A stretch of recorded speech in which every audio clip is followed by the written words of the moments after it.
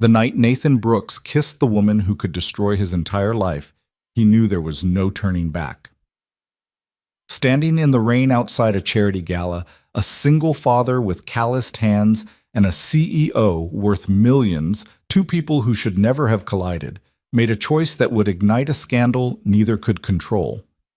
But this story doesn't begin with that kiss. It begins 3 months earlier with a forgotten file, a thunderstorm, and a door that should have stayed closed. Before we dive in, hit that like button and drop a comment with your city so I can see how far this story travels. Now, let's go back to where it all started. The rain started as a whisper. Nathan Brooks barely noticed it through the windshield as he navigated the evening traffic, his mind already 3 steps ahead. Pick up Lily from aftercare by 6:30, heat up the casserole Mrs. Chen had dropped off yesterday, check her homework, maybe squeeze in 20 minutes to review the site reports that were already overdue. The mental checklist ran on autopilot, the same routine that had governed his life for the past 3 years since Sarah left. 34 years old, and Nathan had mastered the art of functional exhaustion. His Navy work jacket still carried dust from the Cartervale construction site on Riverside, and his shoulders ached from a 12-hour day managing logistics for a project already 2 weeks behind schedule. But none of that mattered as much as the leather binder sitting on his passenger seat. The confidential development proposal that senior project manager Derek Hastings had accidentally left in Nathan's truck after their late afternoon meeting. "You mind dropping this at the big boss's place?" Derek had asked, already halfway out the door. "My kid's got a basketball game, and if I miss another one, my wife will have my head. Address is in the file. Evelyn won't mind. She's expecting it anyway." Nathan should have said no, should have insisted Derek handle his own responsibilities. But Derek had covered for him twice last month when Lily had that stomach flu, so Nathan took the binder and the hastily scribbled dress. And now here he was, driving across the city to the kind of neighborhood where the houses had names instead of numbers, and the streetlights looked like something from a movie about old money. The GPS directed him through gates that opened automatically, down a tree-lined private road where the home sat far back from the street, protected by perfect lawns and the kind of privacy that money bought without asking. Nathan's truck, a 10-year-old Ford with a dent in the rear panel, and Lily's rainbow sticker collection decorating the back window, felt out of place in a way that made his jaw tighten. He'd only met Evelyn Carrington in person a handful of times. Everyone at Cartervale knew who she was, the CEO who'd inherited the company from her father and turned it into one of the most profitable development firms in the region. She was brilliant, demanding, and maintained a professional distance that felt less like a boundary and more like a wall built from glacier ice. Their first interaction had been 2 years ago at a company meeting. She'd asked him a direct question about foundation timelines, and Nathan had answered honestly, even though his answer contradicted what the senior management had just presented. The room had gone silent. Evelyn had studied him for 3 long seconds, then moved on without comment. The next week, Nathan had been promoted to site logistics manager, with a raise he desperately needed. Since then, their conversations had been brief and efficient. She remembered his name, which was more than most executives bothered with, but nothing about their interactions suggested she saw him as anything more than a competent employee who showed up on time and told the truth. The house appeared around a curve in the road, and Nathan's first thought was that it wasn't a house at all. It was an estate. Modern architecture blended with classic stonework, floor-to-ceiling windows glowing warm against the darkening sky. A circular driveway with a fountain at its center, the kind of place that appeared in magazines about successful people living successful lives. Nathan parked his truck next to a sleek black Mercedes, suddenly aware of every coffee stain on his work jacket and every scuff mark on his boots. The rain was picking up now, fat drops that promised a real storm. He grabbed the binder, jogged to the front door, and pressed the doorbell, expecting a housekeeper or maybe an assistant, someone paid to handle inconveniences like late evening deliveries from employees who didn't belong in neighborhoods like this. The door opened, and it was her. Evelyn Carrington stood barefoot in the doorway, wearing dark jeans and a cream-colored sweater with the sleeves pushed up to her elbows. Her dark hair, usually styled in the sleek professionalism of the boardroom, was loosely pinned up with strands falling around her face. No makeup that Nathan could see. No jewelry except for a simple watch. She looked younger than her 41 years, and nothing like the untouchable CEO who commanded rooms with a single glance. She looked human. Nathan. Her voice carried the same quiet authority it always did, but something in her expression was softer. Surprised, maybe, or just tired. I wasn't expecting you to deliver this personally. Derek had a family thing, Nathan said, holding out the binder. Asked if I could drop it off. I hope that's all right. Of course. She took the binder but didn't step back. Instead, she looked past him at the rain, which had gone from promising to delivering and then back at his face with an attention that made him suddenly self-conscious. Have you eaten? The question caught him completely off guard. What? Dinner. Have you had any? She glanced at her watch. It's nearly 7. I'm fine, Nathan said automatically, the same answer he gave to everyone who asked if he needed help. I should get going. My daughter is being picked up from aftercare by 6:30, Evelyn finished quietly. You mentioned that timeline to Derek this afternoon when he asked you to make this delivery, which means you've already arranged for someone else to get her, or you wouldn't have agreed to come here. Nathan stared at her, thrown by the fact that she'd been listening to a conversation she wasn't part of, and even more thrown by the fact that she'd remembered the details. Mrs. Chen from downstairs is watching her for an hour, but I should still... Thunder rolled across the sky, and the rain went from heavy to torrential in the space of a heartbeat. Water sheeted down, turning the driveway into a river. Evelyn looked at the storm, then back at Nathan, and something in her expression shifted. Not pity, not charity. Something else that Nathan couldn't quite name. You're already soaked, she said. Come inside for 10 minutes. Let the worst of it pass. Every instinct Nathan had built over the past 3 years of single parenthood screamed at him to decline politely and leave. This was his boss. This was a woman who lived in a different world. This was a situation that could become complicated in ways he couldn't afford.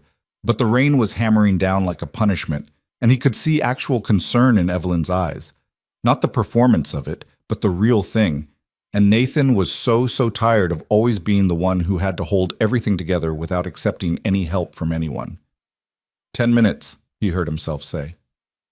Evelyn stepped back, and Nathan crossed the threshold into a life he had no business entering. The interior of Evelyn's home was nothing like Nathan expected.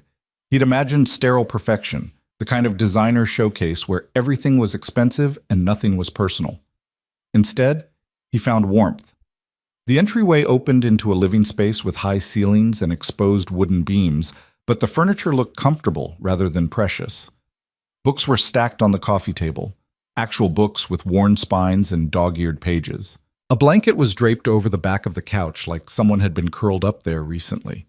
Through an archway, Nathan could see into the kitchen, where something was simmering on the stove and candles flickered on the counter.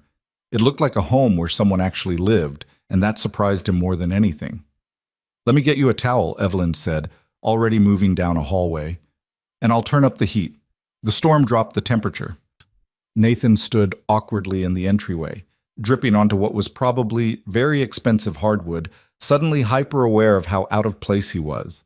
He could see his reflection in the darkened window, work jacket soaked through, hair plastered to his forehead, face lined with the kind of exhaustion that came from years of running on too little sleep and too much responsibility. Evelyn returned with a towel and a dry button-down shirt in soft gray. The bathroom's just there, she gestured. You can change if you'd like. That jacket will take hours to dry. I don't want to eat... Nathan. She met his eyes directly, and there was something in her gaze that bypassed all his practiced deflections. It's a shirt. Accept it. So he did. The bathroom was simple, clean, expensive in the way that quality was expensive. Good lighting, thick towels, a mirror that didn't lie about the tired lines around his eyes. He dried off, changed into the shirt, which fit well enough, and studied himself for a moment. He looked like a man pretending to belong somewhere he didn't. When he emerged, Evelyn was in the kitchen, stirring something that smelled like vegetables and herbs. She'd poured 2 glasses of red wine and set them on the counter. I don't usually drink on weeknights, Nathan said, but he picked up the glass anyway. Neither do I, Evelyn replied, but I made too much soup and it seems wrong to eat alone when someone just drove across the city to help me out. Derek's the one who asked me, and you said yes, even though you had to rearrange your entire evening. She ladled soup into 2 bowls with efficient movements. That's the definition of helping. Nathan didn't have a response to that, so he accepted the bowl she handed him and followed her to the kitchen table, which was set near a window overlooking a garden he could barely see through the rain. They sat across from each other, and for a long moment, neither of them spoke. The soup was good. Actually good. Not just good for someone who usually ate reheated takeout or whatever he could assemble in 15 minutes between Lily's bedtime and the moment he collapsed. "You made this?" he asked. "Surprising, I know." Evelyn's mouth quirked in something that might have been a smile.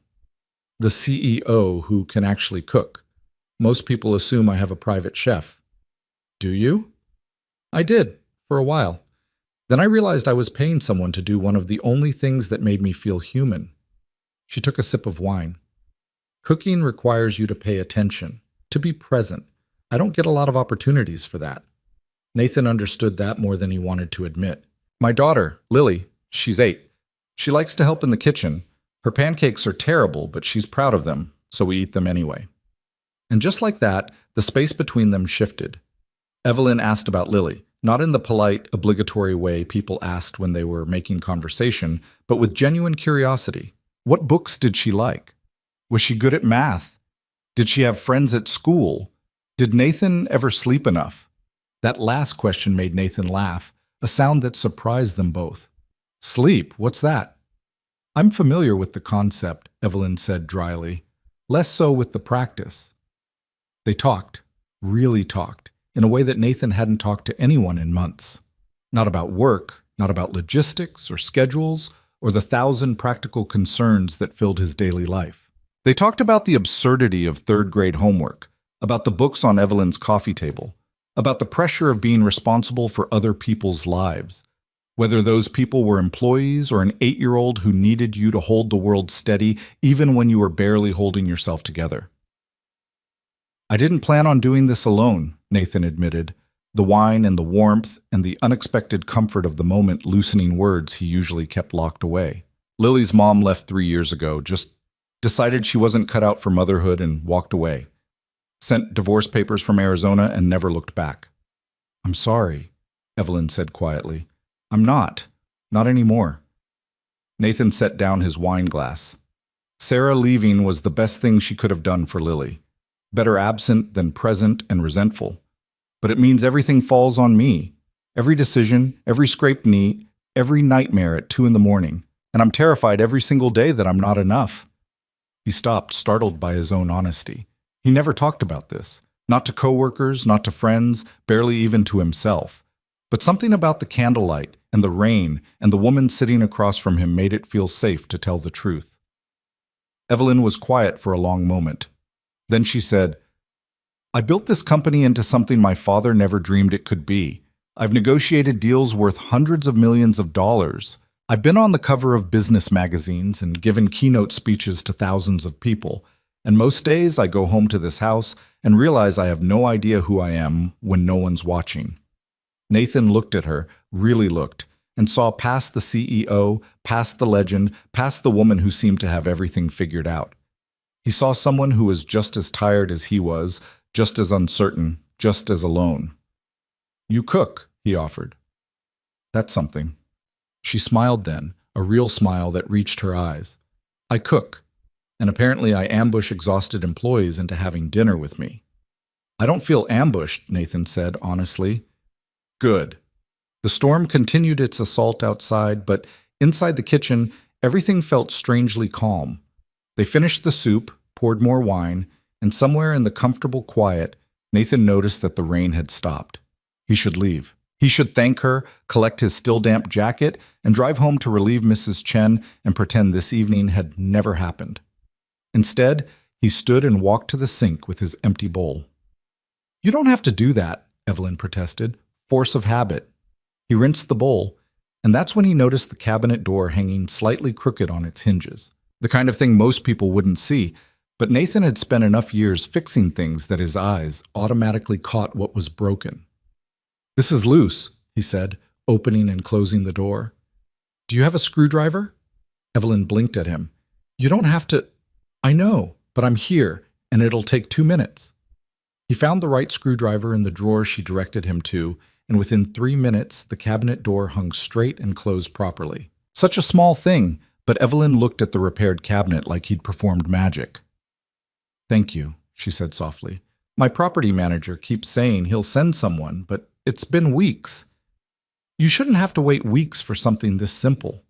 Nathan put the screwdriver away and turned to find Evelyn watching him with an expression he couldn't quite read. "You fixed my cabinet," she said. "It was crooked. Most people wouldn't have noticed. Fewer would have bothered to fix it." She tilted her head slightly. "You're not what I expected, Nathan Brooks. I could say the same thing about you." They stood there in her kitchen, the space between them charged with something neither of them had planned on and neither quite knew what to do with. Then Evelyn glanced at the clock and seemed to remember herself. "You should get home to Lily," she said. And the CEO voice was back, not cold, but controlled, professional, safe. "Yeah, I should." Nathan retrieved his jacket from where it had been drying near the radiator. Still slightly damp, but wearable. Evelyn walked him to the door. They stood in the entryway where this had all started, and for a moment that stretched longer than it should have, neither of them moved. "There's a company event this Saturday," Evelyn said suddenly. "Family Day at the lake property.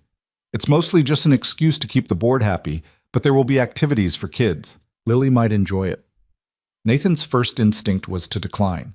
Company events meant navigating social dynamics he had no interest in, meant being around people who had made it clear through 1,000 small interactions that men like him, single fathers with high school diplomas and calloused hands, existed in a different category from the executives and engineers who actually mattered.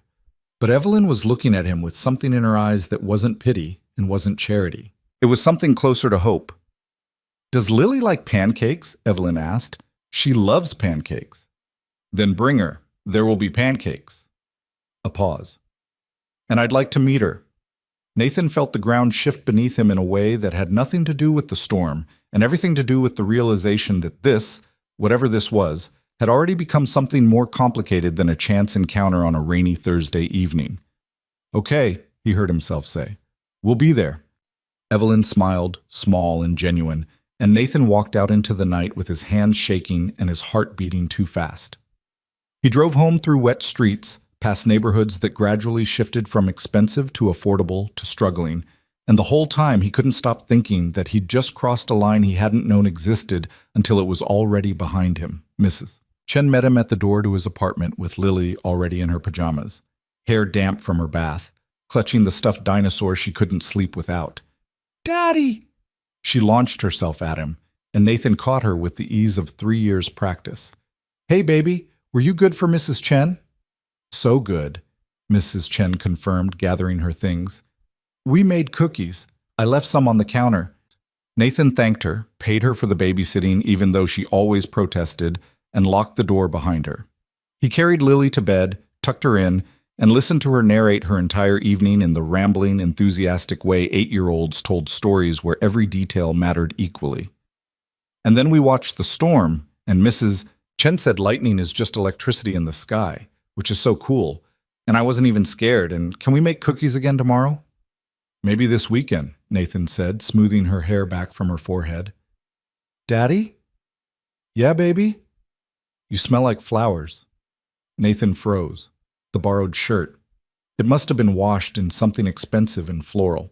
"Mrs. Chen made potpourri," he lied and hated himself for it. Lily accepted this without question and fell asleep within minutes, the way children did when the world still felt safe enough to let go.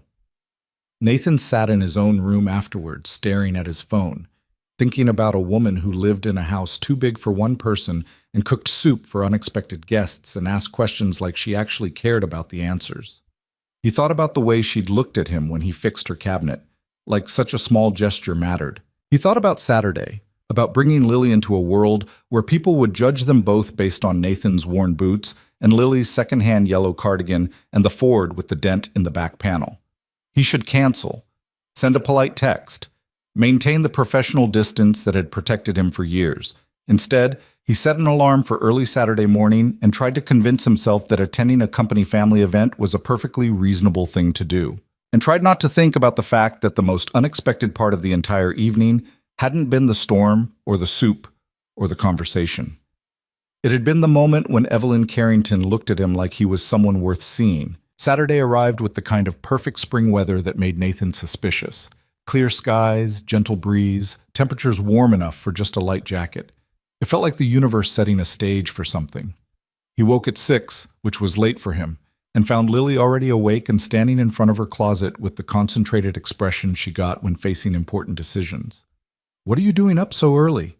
Nathan asked from the doorway. "We're going to a party," Lily said seriously. "I need to look nice." "It's not really a party, baby. It's just a company thing." Mrs. Chen said when you go to places with important people, you should wear your best clothes. She pulled out the yellow cardigan that had been a birthday gift from Nathan's mother. Slightly too big, slightly too bright, and Lily's absolute favorite. "Is this good?" Nathan's throat tightened. His daughter, who cared nothing for clothes most days, was trying to dress up because she understood, in the way children always understood more than adults gave them credit for, that today mattered. "That's perfect," he said. "You'll be the best-dressed person there." They ate breakfast, actual breakfast, not the usual grab a granola bar on the way, out the door routine. And Nathan helped Lily brush her hair into pigtails that were uneven but enthusiastic. He dressed in the nicest clothes he owned, dark jeans without stains or rips, a button-down shirt in deep blue, the leather jacket Sarah had given him before everything fell apart, back when they'd still believed they could make it work. He looked at himself in the bathroom mirror and saw a man trying very hard to pretend he belonged somewhere he didn't. "You look handsome, Daddy," Lily announced from behind him. "You think so?" "Mrs. Chen says you're very handsome, but you don't know it because you're too busy being a good dad to notice." Nathan made a mental note to tell Mrs. Chen to stop psychoanalyzing him to his daughter. "Come on, let's go before we're late." The drive to the lake property took 40 minutes, winding through countryside that got progressively more expensive with each passing mile. Lily pressed her face to the window, narrating everything she saw. Horses in a field, a pond with actual swans, houses that looked like castles. "Do rich people live here?" she asked. "Some of them." "Are we rich?" "No, baby, but we're doing okay." "That's good enough," Lily said with the simple confidence of a child who'd never had to worry about rent or medical bills, or whether there'd be enough left over for school supplies. Nathan hoped she could stay that innocent for a long time. The Carter Vale Lake property appeared at the end of a private road, a sprawling modern building with floor-to-ceiling windows overlooking water that sparkled in the morning sun. The parking lot was already half full with cars that cost more than Nathan made in a year. He pulled his truck into a spot near the back and sat for a moment, hands on the wheel, second-guessing everything. "Daddy?" Lily's voice was small. "Are you nervous?" "A little bit," Nathan admitted. "Me too." She reached over and put her small hand on his. "But we can be brave together." And just like that, the fear didn't disappear, but it became manageable. Nathan squeezed his daughter's hand and said, "Yeah, we can." They walked toward the entrance together, Lily skipping every few steps in the way that made her pigtails bounce, her yellow cardigan bright against the manicured landscape. Nathan kept his shoulders back and his chin up, the posture he'd learned in his brief time in the military before Lily was born. Before life took him in different directions. He expected to feel out of place the moment they walked in. Expected stares, whispers, the subtle social calculus that told people like him they weren't welcome in spaces like this. Instead, he heard his name. Nathan. Evelyn stood near the entrance, dressed in dark jeans and a simple white blouse, her hair down and casual, sunglasses pushed up on her head. She looked nothing like the CEO from the boardroom and everything like the woman who'd fed him soup in her kitchen 3 nights ago. She was smiling, and that smile got warmer when her gaze dropped to Lily. "You must be Lily," Evelyn said, and her voice carried the same genuine interest it had when she'd asked Nathan about his daughter. "I've heard a lot about you." Lily stepped slightly behind Nathan's leg, her tell when she was shy, but she looked up at Evelyn with curious eyes. "You're really tall." "I am," Evelyn agreed seriously. "Are you hungry? They have pancakes inside, and I was promised they're very good." At the mention of pancakes, Lily's shyness evaporated. "I love pancakes." "Then you should definitely have some. Come on, I'll show you where they are." And just like that, Evelyn extended her hand. Nathan held his breath, knowing his daughter, knowing how particular she was about who she trusted, knowing that she'd been abandoned by one woman already, and learning to trust another one wasn't simple. Lily looked at the offered hand, looked up at Nathan, looked back at Evelyn. Then she took it. Nathan's heart did something complicated in his chest as he watched his daughter's small hand disappear into Evelyn's, and the two of them walked toward the building together, Lily already chattering about dinosaurs and school and whether rich people pancakes tasted different from regular pancakes. Evelyn glanced back over her shoulder, caught Nathan's eye, and smiled in a way that said, "She's wonderful." And Nathan followed them inside, thinking that maybe, just maybe, this wouldn't be a disaster after all. The interior of the lake house was everything Nathan expected and nothing he was prepared for. Open floor plan, natural light flooding through windows that overlooked water and trees, expensive but comfortable furniture arranged in conversation clusters. There was a buffet table loaded with food, pancakes, yes, but also fresh fruit, pastries, made-to-order omelets, coffee that smelled like it cost more per cup than Nathan's entire grocery budget. Employees and their families filled the space. Nathan recognized some of them, project managers, engineers, finance people, all dressed in the kind of casual clothes that were still somehow expensive. Their children ran around with the unselfconscious confidence of kids who'd grown up in spaces like this. Lily stuck close to Evelyn, who loaded a plate with pancakes and strawberries and led them to a table near the windows. Nathan followed, hyper-aware of the glances tracking their movement. Not hostile exactly, just curious. Confused maybe about why the CEO was personally attending to a site logistics manager and his daughter. "The pancakes are chocolate chip," Evelyn told Lily, settling into a chair and gesturing for Nathan to sit. "Is that okay?" "That's the best kind," Lily said, already digging in. Nathan sat across from them and watched Evelyn interact with his daughter. Not in the forced, overly enthusiastic way some adults talk to children, but like Lily was a person worth having a real conversation with. She asked about Lily's favorite subjects in school, what books she was reading, whether she liked sports or art better.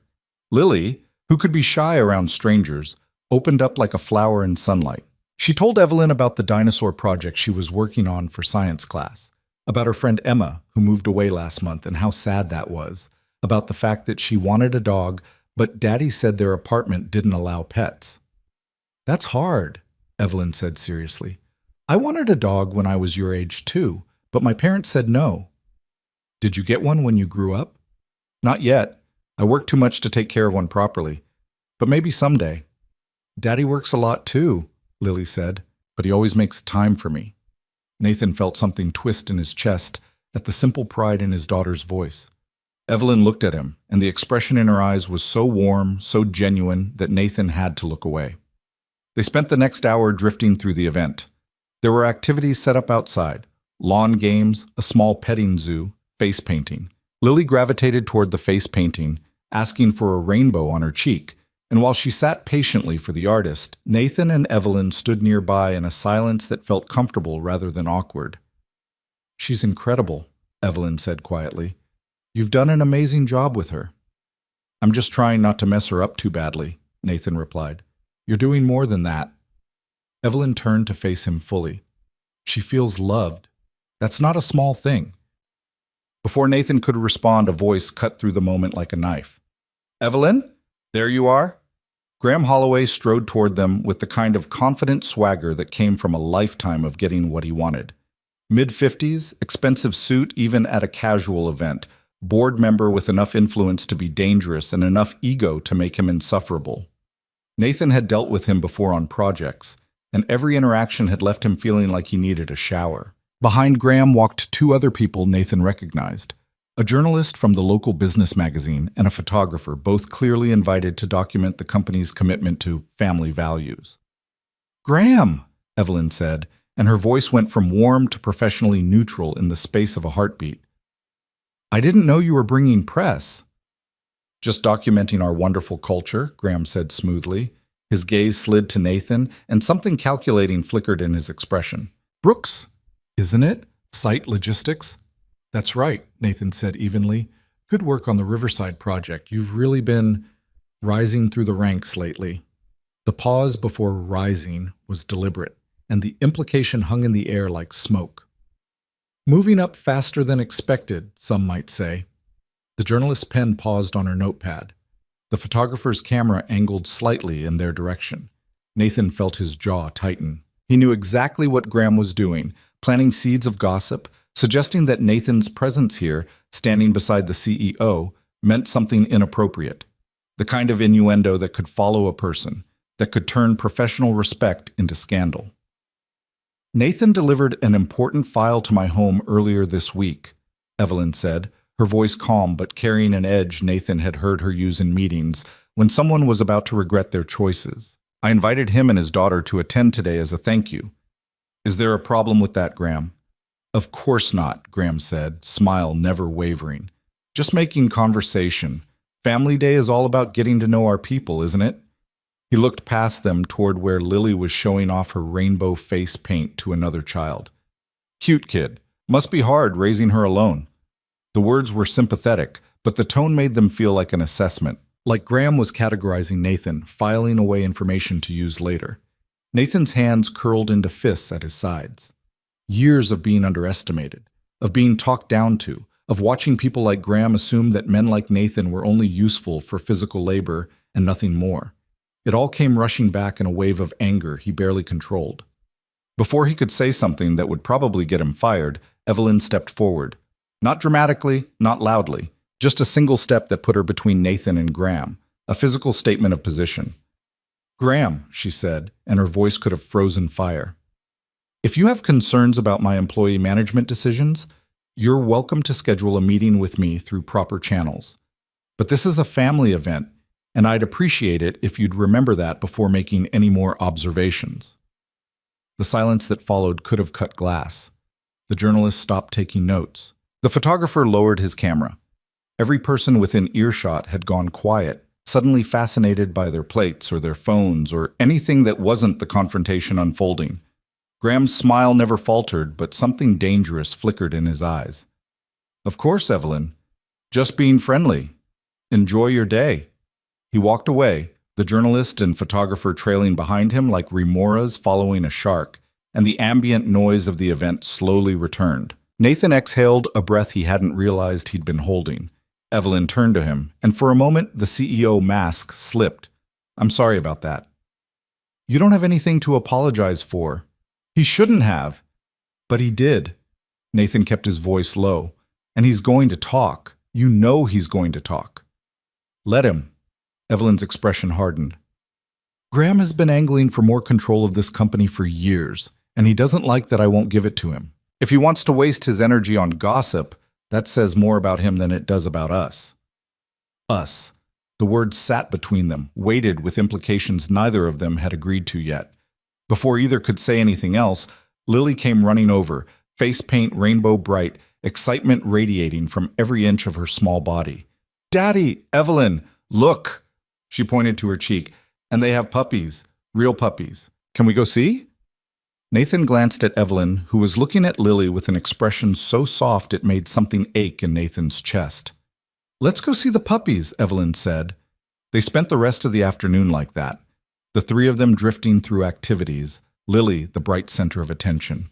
Her joy infectious enough that even Nathan forgot to worry about Graham Holloway and what he might be saying to the journalist. Evelyn crouched down to Lily's height to examine a butterfly that landed on a flower. She helped her throw beanbags at a target, celebrating each hit like it mattered. She listened with complete attention while Lily explained the entire plot of her favorite book, nodding seriously at all the right moments. And slowly, Nathan watched his daughter fall a little bit in love with this woman who was patient and kind and treated an 8-year-old like someone worth knowing. By the time the event wound down and families started heading home, Lily was holding Evelyn's hand again, this time without hesitation. Thank you for inviting us, Nathan said as they walked to the parking lot. She had a great time. So did I, Evelyn said, and she meant it. She looked down at Lily. I hope I see you again soon. Can we? Lily looked up at Nathan with hopeful eyes. Can we see Evelyn again? Nathan opened his mouth to give some non-committal answer, but Evelyn spoke first. I'd like that very much, she said. If your dad says it's okay? Two pairs of eyes looked at him, one young and pleading, one older and carefully neutral but with something vulnerable underneath. Yeah, Nathan heard himself say. We can do that. Lily cheered, threw her arms around Evelyn in a spontaneous hug that made the CEO freeze for just a second before hugging back. And Nathan realized with absolute clarity that he was in serious trouble. They drove home as the sun started to set, Lily talking nonstop about the puppies and the pancakes and how Evelyn was nice and pretty and knew everything about dinosaurs. Nathan listened, adding comments where appropriate, and tried not to think about the fact that Graham Holloway's words had already started spreading through the company like a virus, moving up faster than expected. Must be hard, raising her alone. All the unspoken implications that Nathan had gotten where he was through something other than hard work. That Evelyn's interest in him and his daughter was inappropriate. That a man like Nathan had no business being anywhere near a woman like her except in a professional capacity. He thought about the way Evelyn had stepped between him and Graham, the way she'd defended him without hesitation, the way she'd spent the afternoon making his daughter feel special. And he thought about the moment Lily had taken her hand like it was the most natural thing in the world. When they got home, Nathan tucked Lily into bed and listened to her prayers, which included a request that they could see Evelyn again soon. Because she's lonely, Daddy, I could tell. Children saw things adults missed. Nathan sat in his living room afterward, in the apartment that felt smaller every day, and stared at his phone. He should text Evelyn, thank her properly, maybe address the Graham situation. Instead, he found himself thinking about the way she'd looked at him when she said us, and wondering what it would mean to actually let someone into the carefully controlled life he'd built around keeping himself and his daughter safe. His phone buzzed. A text from an unknown number. Today was perfect. Thank you for sharing Lily with me. E. Nathan stared at the message for a long time. Then he typed back, "She liked you. That doesn't happen easily." The response came almost immediately. "The feeling is mutual. Both of you." Nathan set the phone down, heart racing, and acknowledged what he'd been trying not to admit since Thursday night. This wasn't just attraction. This wasn't just two people who'd connected unexpectedly. This was something that could change everything, and he was nowhere near ready for it. But maybe, just maybe, he was going to try anyway. The whispers started on Monday morning. Nathan noticed them the moment he walked onto the Riverside construction site, the way conversations stopped mid-sentence when he passed, the sidelong glances from crew members who'd worked alongside him for months without any particular interest in his personal life. By lunch, his phone had buzzed 3 times with messages from coworkers he barely knew, all variations on the same theme. Saw you at the lake house event. Didn't know you were close with the boss. He ignored them all and focused on the concrete delivery schedule, which was already 2 days behind and threatening to push back the entire foundation timeline. Work was the one thing Nathan could control, the one space where his competence spoke louder than gossip. But the whispers followed him anyway. By Tuesday afternoon, Derek Hastings cornered him in the site trailer with a coffee and an expression that tried too hard to look casual. "So," Derek said, settling into the folding chair across from Nathan's makeshift desk. "You and Evelyn Carrington, huh?" Nathan didn't look up from the inventory spreadsheet on his laptop. "There's no me and Evelyn Carrington. That's not what Graham Holloway's been telling people." Nathan's fingers stilled on the keyboard. "What's he been saying?"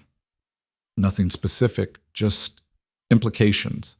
You know how he is, asks questions that sound innocent but aren't. Interesting how Brooks got that promotion last year. Wonder if there's more to that Thursday delivery than we thought." Derek took a sip of coffee. "People are talking, man, and when people talk, it gets messy." "There's nothing to talk about." Nathan closed the laptop harder than necessary. "I delivered a file. She invited me and my daughter to a company event, that's it." "Is it?" The question hung in the air between them. Nathan met Derek's eyes and saw genuine concern there, not judgment. Derek had covered for him too many times, had been a decent friend in a workplace that didn't offer many of those, to be asking out of malice. "Yeah," Nathan said finally. "That's it." Derek studied him for a long moment, then nodded. "Okay, but watch yourself. Graham's got influence on the board, and if he's decided to make you a target, it's going to get uncomfortable. I can handle uncomfortable. I know you can. Just be careful." After Derek left, Nathan sat alone in the trailer and tried to convince himself that careful was still an option. The truth was more complicated than he'd admitted to Derek, more complicated than he wanted to admit to himself. Because Evelyn had texted him 3 times since Saturday. Nothing inappropriate, just small observations about her day, questions about Lily, a photo of a children's book she'd found in a bookstore that she thought his daughter might enjoy. And Nathan had responded every time. They hadn't made plans to see each other again, hadn't acknowledged that anything beyond professional courtesy was happening.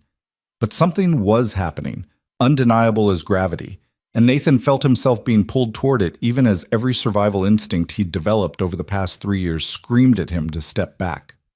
His phone buzzed. Another text from Evelyn. Board meeting ran long, currently debating the merits of sustainable roofing materials with people who think green building means painting things green. Send help. Nathan smiled despite himself and typed back, suggest they visit the Riverside site. Nothing teaches humility like actual construction. If I brought Graham to a construction site, would your crew accidentally drop something heavy near him? Accidentally. Absolutely.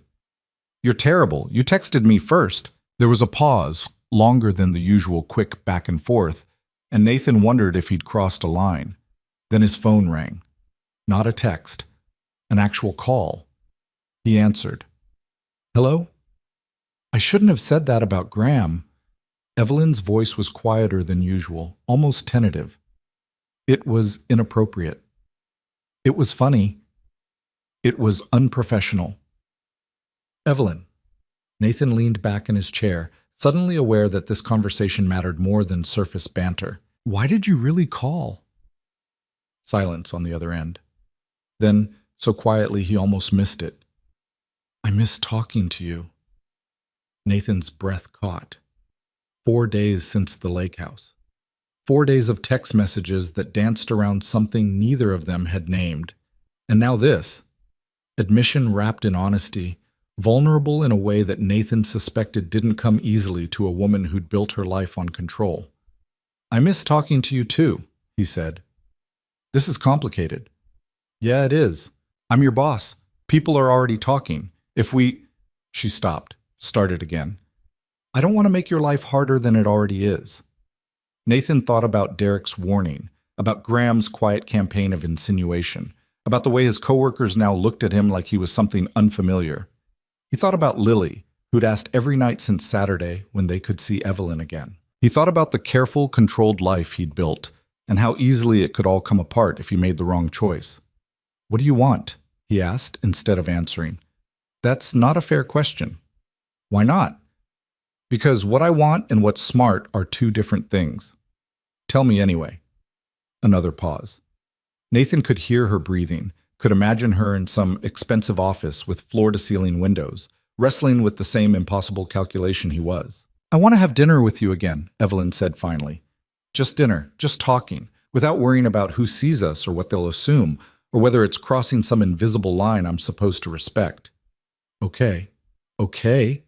Thursday night. My place.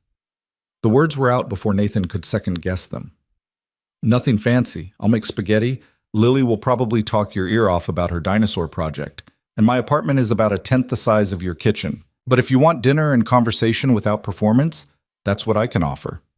Nathan, you can say no. Should probably say no, honestly. But the invitation's there if you want it. He could hear her breathing change, could feel the weight of the decision even through the phone line. What time Thursday? Evelyn asked. 6:30, after I pick up Lily. I'll be there. She hung up before Nathan could respond, and he sat in the construction trailer with his heart pounding and the absolute certainty that he'd just made either the best or worst decision of his life. The rest of the week crawled by with excruciating slowness. Nathan worked longer hours than necessary, partly because the Riverside project demanded it, and partly because staying busy kept him from overthinking what Thursday meant. He picked up Lily from school, helped with homework, made dinner, enforced bedtime, and tried not to notice the way his daughter kept asking if Evelyn was coming to visit. Maybe, Nathan said Wednesday night while Lily brushed her teeth. Would that be okay? Lily rinsed and spit, then turned to him with the serious expression she got when thinking hard about important things. Do you like her, Daddy? Nathan's first instinct was to deflect, to give some parent-approved non-answer about how Evelyn was a nice person and a good boss. But Lily was 8 years old and smarter than most adults gave her credit for, and she deserved honesty. Yeah, he said. I do. Good. Me too. She paused.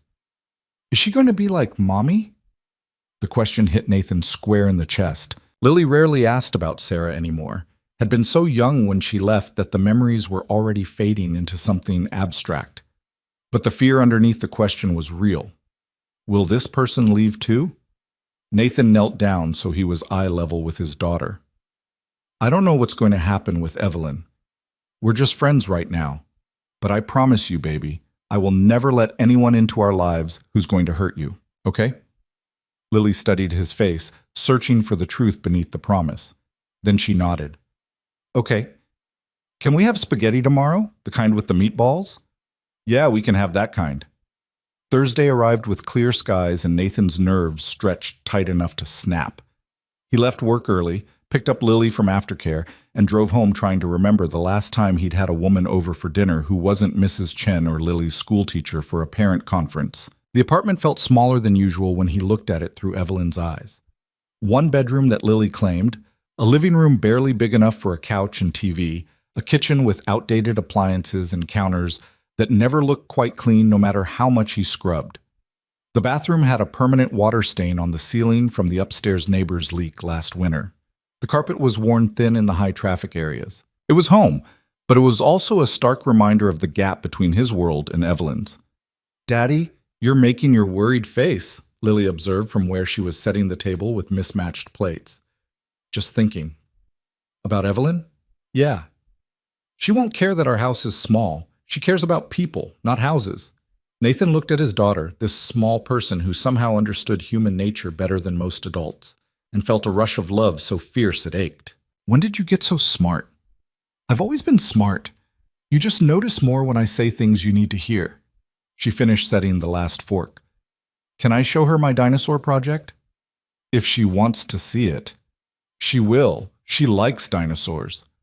The doorbell rang at exactly 6:30. Nathan wiped his hands on a dish towel, checked his reflection in the microwave door, and told himself to breathe like a normal person. Then he opened the door. Evelyn stood in the hallway wearing jeans and a soft gray sweater, her hair down, minimal makeup, holding a bottle of wine and a children's book. She looked nervous.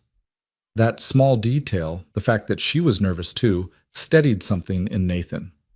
Hi, he said. Hi. She held out the book. I wasn't sure if Lily already had this one, but the bookstore owner said it was good for her age group. Evelyn! Lily appeared behind Nathan, launching herself forward for a hug that Evelyn returned with the same surprise and warmth as last time. Hi, Lily. I brought you a book about dinosaurs in space. Lily's eyes went wide. Dinosaurs in space? That's the coolest thing ever! And just like that, the nervousness dissolved. They moved into the apartment. Evelyn looking around with genuine interest rather than judgment, commenting on the photos of Lily that covered the fridge and the crayon drawings taped to the walls like gallery art. This is wonderful, she said, and she meant it. Nathan had made spaghetti with meatballs, garlic bread that was slightly burned on the edges, and a salad that Lily would refuse to eat, but he'd included anyway for the appearance of parental responsibility. They sat at the small table, so different from the spacious kitchen at Evelyn's house, and ate while Lily dominated the conversation with enthusiasm that would have been exhausting if it weren't so genuine. She told Evelyn about her dinosaur project in excruciating detail, explained the complex social dynamics of third-grade friendships, and asked approximately 40 questions about what it was like to be a CEO. Evelyn answered each one with the same serious attention she'd given them at the lake house, never talking down, never dismissing. Nathan watched them and felt something shift in his chest. This wasn't performance. This wasn't Evelyn trying to impress him through his daughter. This was real interest, real affection, real connection.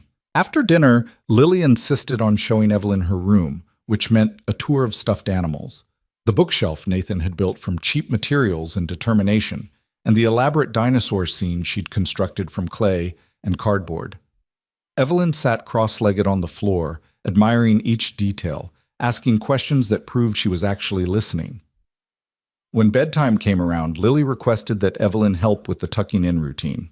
Nathan stood in the doorway and watched Evelyn sit on the edge of his daughter's bed, smoothing her hair back with a gentleness that made his throat tight. Thank you for having me over, Evelyn said quietly. You're welcome any time, Lily replied, already half asleep. You're nice, and you don't treat me like I'm stupid just because I'm a kid. You're one of the smartest people I've met, Evelyn said, kid or adult. Lily smiled, eyes closing. I like you. I hope you stay. Nathan saw Evelyn freeze, saw something complicated cross her face, hope and fear and longing all tangled together. She looked at Nathan, and he had no idea what his expression showed, but it was enough to make her look away quickly. They left Lily's room quietly, closing the door until only a crack remained. Then they stood in Nathan's small living room, suddenly alone, suddenly aware that the easy buffer of a child's presence was gone. Wine, Nathan offered, more to have something to do with his hands than anything else. Please. He poured 2 glasses, handed one to Evelyn, and they settled onto the couch with a careful distance between them that felt both necessary and insufficient. She's really incredible, Evelyn said. You should be proud. I am, every single day. Nathan took a sip of wine. She likes you, a lot. The feeling is mutual. They sat in silence for a moment, not uncomfortable, but weighted with everything they weren't saying. I got a call from Graham Holloway yesterday, Evelyn said finally, her voice careful. He wanted to discuss concerns about potential conflicts of interest in the company. Nathan's jaw tightened. Meaning me. Meaning us, or what he assumes is us. She turned to face him. He's pushing the board to implement stricter fraternization policies. Claims it's about protecting the company's reputation. But it's really about control. Yes. And about undermining me by suggesting I'm compromised. She paused. He's also been asking questions about your employment history, looking for anything he can use to suggest you were promoted unfairly. Was I? The question came out harder than Nathan intended. Promoted unfairly? Evelyn's eyes sharpened. You know you weren't. Do I? Because from where I'm sitting, it's starting to look like what? Like I gave you opportunities because I was attracted to you? Her voice had an edge now. I promoted you 2 years ago, Nathan. 2 years before we ever had a personal conversation. I promoted you because you were the only person in that meeting willing to tell me the truth instead of what you thought I wanted to hear. Everything you earned through competence and integrity. Graham can insinuate whatever he wants, but the record speaks for itself. Nathan set down his wine glass. This is exactly what I was worried about. People assuming, talking, questioning everything. So what do you want to do? Evelyn's voice was quieter now, but no less intense. Pull back? Pretend Saturday didn't happen? Pretend you didn't invite me here tonight? I don't know. Nathan ran a hand through his hair, frustration bleeding through. I've got a daughter who's already attached to you, a job I need to keep, a reputation I've spent years building, and every day this continues, Graham gets more ammunition. Then we stop. The words fell between them like stones. Is that what you want? Nathan asked. No? Evelyn's voice cracked slightly. But what I want doesn't matter if it costs you everything. Nathan looked at her, really looked, saw the exhaustion beneath the composure, the loneliness she'd admitted to in her kitchen that first night, the way she'd softened around Lily like she'd been waiting her whole life for permission to care about someone that openly. What are we doing here? He asked quietly. Really? Evelyn was silent for a long moment. When she spoke, her voice was barely above a whisper. I don't know. I just know that when I'm with you and Lily, I feel like a person instead of a position. And I haven't felt that way in so long, I'd forgotten it was possible. That's not nothing. It's also not simple. No. Nathan shifted closer, close enough that he could see the flecks of gold in her eyes. But maybe it doesn't have to be. Graham will keep pushing. The gossip will get worse. Your life will get harder. Probably. That doesn't bother you? It terrifies me. Nathan reached out, hesitated, then took her hand. Her fingers were cold. He warmed them between his palms. But you know what terrifies me more? The idea of spending the rest of my life wondering what could have happened if I'd been brave enough to try. Evelyn looked down at their joined hands, then back up at his face. I could hurt you. Hurt Lily. You could. Or you could stay. Nathan, I'm not asking for promises. I'm not asking for anything except honesty. If this is something you want to explore, we explore it carefully. We're smart about it. We protect Lily first, always. But we don't run just because Graham Holloway wants to play power games. And if it doesn't work, then it doesn't work. But at least we'll know we tried. Evelyn studied his face, searching for something. Certainty, maybe, or reassurance that this wouldn't end in disaster. Nathan couldn't give her either of those things. All he could offer was the truth that he was just as scared as she was, and just as unwilling to walk away from something that felt this real. "Okay," she said finally. "We try. Carefully." "Carefully," Nathan agreed. They sat there on his worn couch in his small apartment, hands still joined, and the distance between them felt both impossibly vast and impossibly small. Nathan wanted to kiss her, wanted it with an intensity that surprised him. But Lily was just down the hall, and this moment felt too fragile for physical expression. And so instead, he just held Evelyn's hand and tried to memorize the way she looked in his living room, like she belonged there. "I should go," Evelyn said eventually, though she didn't move. "It's late." "Yeah." Neither of them stood. "Nathan?" "Yeah?" "Thank you for inviting me, for letting me into this." She gestured vaguely at the apartment, but Nathan understood she meant something larger. His life, his daughter, the carefully protected space he'd built around the two of them. "Thank you for coming." She squeezed his hand once, then stood. Nathan walked her to the door, and they stood in the small entryway with their hands still connected, neither quite ready to let go. "I'll see you soon?" Evelyn asked. "Yeah, soon." She left, and Nathan locked the door behind her, then leaned against it and tried to steady his racing heart. He'd done it. Crossed the line. Made the choice to try something that could either be the best thing to happen to him in years, or the mistake that cost him everything. His phone buzzed a few minutes later. Made it home. "Thank you for tonight. For everything." Nathan typed back. "Thank you for taking the chance. We're both taking it." "Yeah, we are."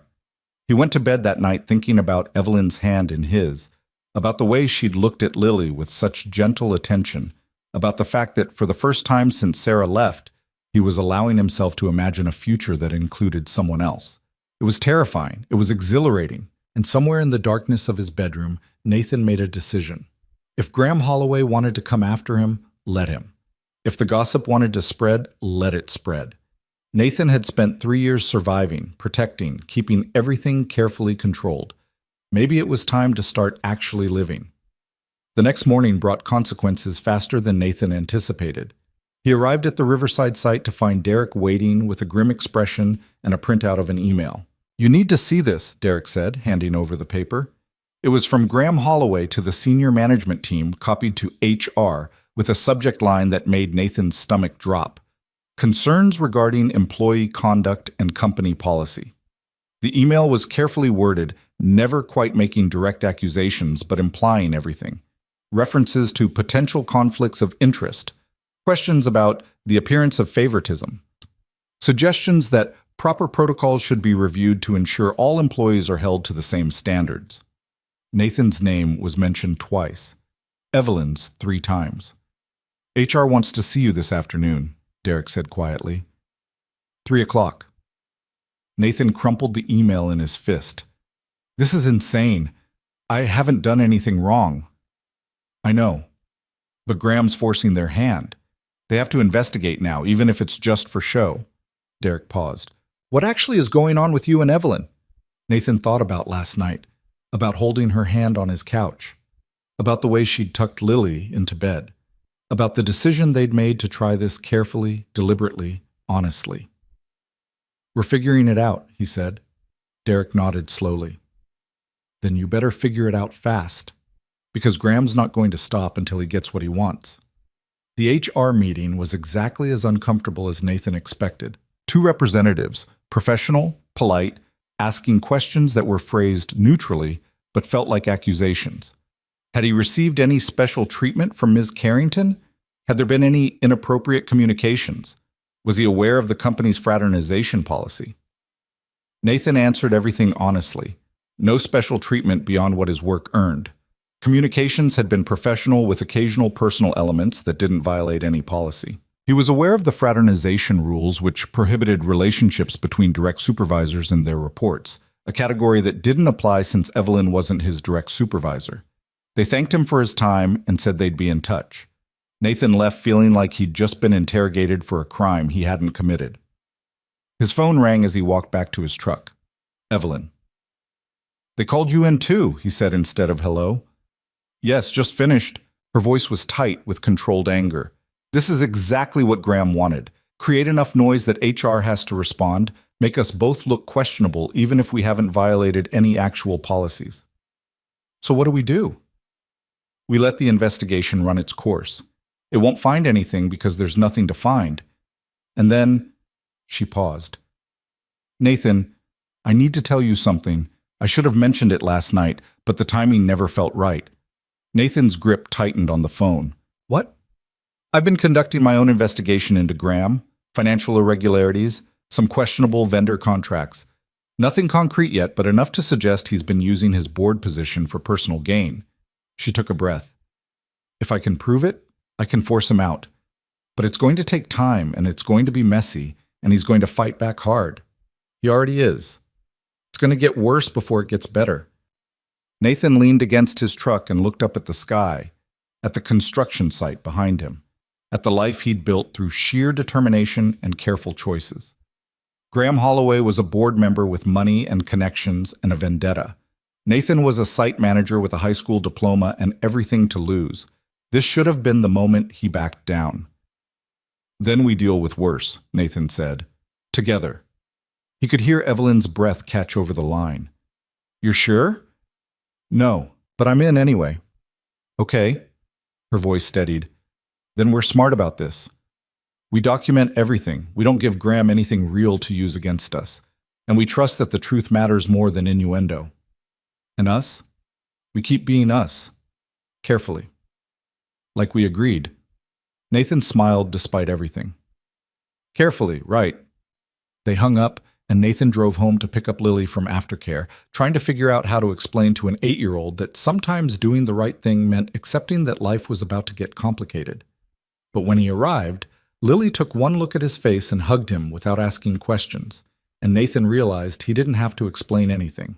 His daughter already understood that some things were worth fighting for. The investigation lasted 2 weeks, and in that time Nathan learned exactly how creative people could be with malice disguised as concern.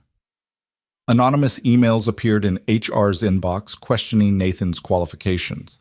Coworkers who'd never spoken to him before suddenly had opinions about his work performance. Someone leaked to a local business blogger that Carter Vale's CEO might be involved in an inappropriate relationship with a subordinate, and though the post was vague enough to avoid legal trouble, it was specific enough that anyone in the company knew exactly who it referenced. Nathan kept his head down and did his job. He showed up early, stayed late, and produced work that was beyond reproach. He documented every decision, every timeline, every interaction that could possibly be questioned later, and he waited for the other shoe to drop.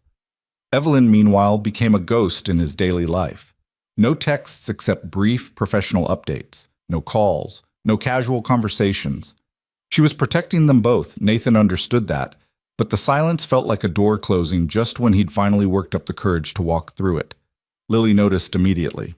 "Why doesn't Evelyn come over anymore?" she asked one night during dinner, pushing spaghetti around her plate with unusual disinterest. "She's busy with work, baby." "Is she mad at us?" "No, not at all." "Then why won't she visit?" Lily's voice went small. "Did I do something wrong?" Nathan's heart cracked. He set down his fork and pulled his daughter close. "You didn't do anything wrong. Sometimes grown-ups have to deal with complicated things, and it means spending time apart even when we don't want to. But she's coming back, right?" Nathan wanted to promise yes, wanted to guarantee that Evelyn would walk back into their lives and everything would be fine. But he'd learned the hard way that promises about other people were dangerous, and he wouldn't lie to his daughter. "I hope so," he said instead. "I really hope so." That night, after Lily was asleep, Nathan sat on his couch and stared at his phone. He typed and deleted 3 different messages to Evelyn before finally settling on something simple. "Lily misses you." The response came 10 minutes later. "I miss her too. Miss you both." "Then come over." "I can't." "Not yet." Graham's watching everything I do, so let him watch. Nathan, if he finds out I'm spending personal time with you while the investigation is active, he'll use it as proof of everything he's been claiming. Nathan wanted to argue, wanted to point out that hiding made them look guilty, that Graham would twist any narrative to suit his purposes regardless of what they actually did. But he also understood the game being played, understood that Evelyn was trying to protect not just herself, but him and Lily too. How much longer? HR is supposed to conclude next week. After that, we'll have the findings. If they clear us, and they should, because we haven't done anything wrong, then Graham loses his leverage. And if they don't clear us, then we deal with it. Together. Nathan set down his phone and tried to believe that together was still possible when everything felt like it was actively pulling them apart. The HR findings came on a Friday afternoon. Nathan was called into a conference room with the same two representatives who'd interviewed him, plus his direct supervisor and a company lawyer he'd never met before. The formal setup made his stomach turn. "Thank you for coming in, Mr. Brooks," the lead HR representative began, her tone neutral enough to be either good news or terrible. "We've completed our investigation into the concerns raised about potential conflicts of interest and inappropriate conduct." Nathan kept his expression carefully blank and waited. "After reviewing all communications, interviewing relevant parties, and examining the timeline of your employment and promotion history, we found no evidence of policy violations or inappropriate favoritism." She slid a document across the table. "Your promotion 2 years ago was based on documented performance metrics and supervisor recommendations that predate any personal relationship with Ms. Carrington. Your recent interactions, while perhaps unconventional, do not violate our fraternization policy, as Ms. Carrington is not your direct supervisor." Relief crashed through Nathan so intensely he had to grip the edge of the table to stay steady. "However," the lawyer interjected, and Nathan's relief curdled into dread, "we are recommending increased oversight on future promotion decisions involving employees who have personal connections to senior leadership. This is purely precautionary and not a reflection on your character or performance." Translation: they believed him, but Graham had succeeded in making sure Nathan would be scrutinized for anything going forward. "We also want to be clear," the HR representative continued, "that while no policy was violated, the appearance of impropriety can be damaging to company culture. We'd encourage discretion in any ongoing personal relationships." "Understood," Nathan said, his voice coming out rougher than intended. They dismissed him with handshakes and reassurances that his position was secure, his reputation intact, that this was simply a matter of due diligence. Nathan walked out of that conference room feeling like he'd won a battle, but lost something he couldn't quite name. His phone buzzed before he'd even made it to the parking lot. "Evelyn, HR just called. We're cleared." "I know, just left the meeting. Are you okay?" Nathan looked at the question and didn't know how to answer it honestly. He was relieved. He was angry. He was exhausted from 2 weeks of being watched and questioned and having his integrity doubted. And underneath it all was a growing certainty that this was only the beginning, that Graham Holloway wouldn't stop just because one investigation hadn't gone his way. "Can we talk? In person?" "Where?" "Anywhere that isn't my apartment or your house." There was a pause, then, "Meet me at Riverside Park, the north entrance. 1 hour." Nathan drove home, checked on Lily with Mrs. Chen, changed out of his work clothes into jeans and a sweater, and headed to the park. It was nearly 6 in the evening, the autumn sun already starting its descent, painting everything in shades of amber and gold. He found Evelyn sitting on a bench overlooking the river, wearing dark jeans and a jacket with the collar turned up against the cooling air. She looked smaller than usual somehow, and when she turned at the sound of his footsteps, Nathan saw the exhaustion written clearly on her face. He sat down beside her, leaving a careful space between them, and for a long moment neither of them spoke. "I'm sorry," Evelyn said finally. "For what?" "For putting you through this. For not anticipating that Graham would go this far. For—" her voice cracked slightly. "For making your life harder when I promised myself I wouldn't." You didn't make my life harder. Graham did. Because of me. No. Because he's a manipulative bastard who saw an opportunity to undermine you and took it." Nathan turned to face her. "This isn't your fault, Evelyn." She laughed, but there was no humor in it. "Tell that to the board. Graham's already using this to question my judgment, suggesting I'm too emotionally compromised to lead effectively. Half of them think he has a point." Then they're idiots. Maybe. Or maybe they're right. She finally met his eyes. I haven't been able to stop thinking about Lily, about the way she asked if you'd stay, about how much it would hurt her if this fell apart. We don't know it will fall apart. We don't know it won't. Evelyn's hands twisted in her lap. I've been doing this, running this company, making decisions that affect hundreds of people for almost 15 years. I'm good at it. I know how to read situations, how to navigate politics, how to win. But this? She gestured between them. I have no idea what I'm doing, and that terrifies me. Nathan understood that fear intimately, the fear of stepping into something where competence and control couldn't protect you, where wanting something wasn't enough to make it work. I'm scared too, he said quietly. Every day I wake up and think about how this could blow up, how Graham could find some new angle, how the gossip could get worse, how Lily could get hurt. He paused.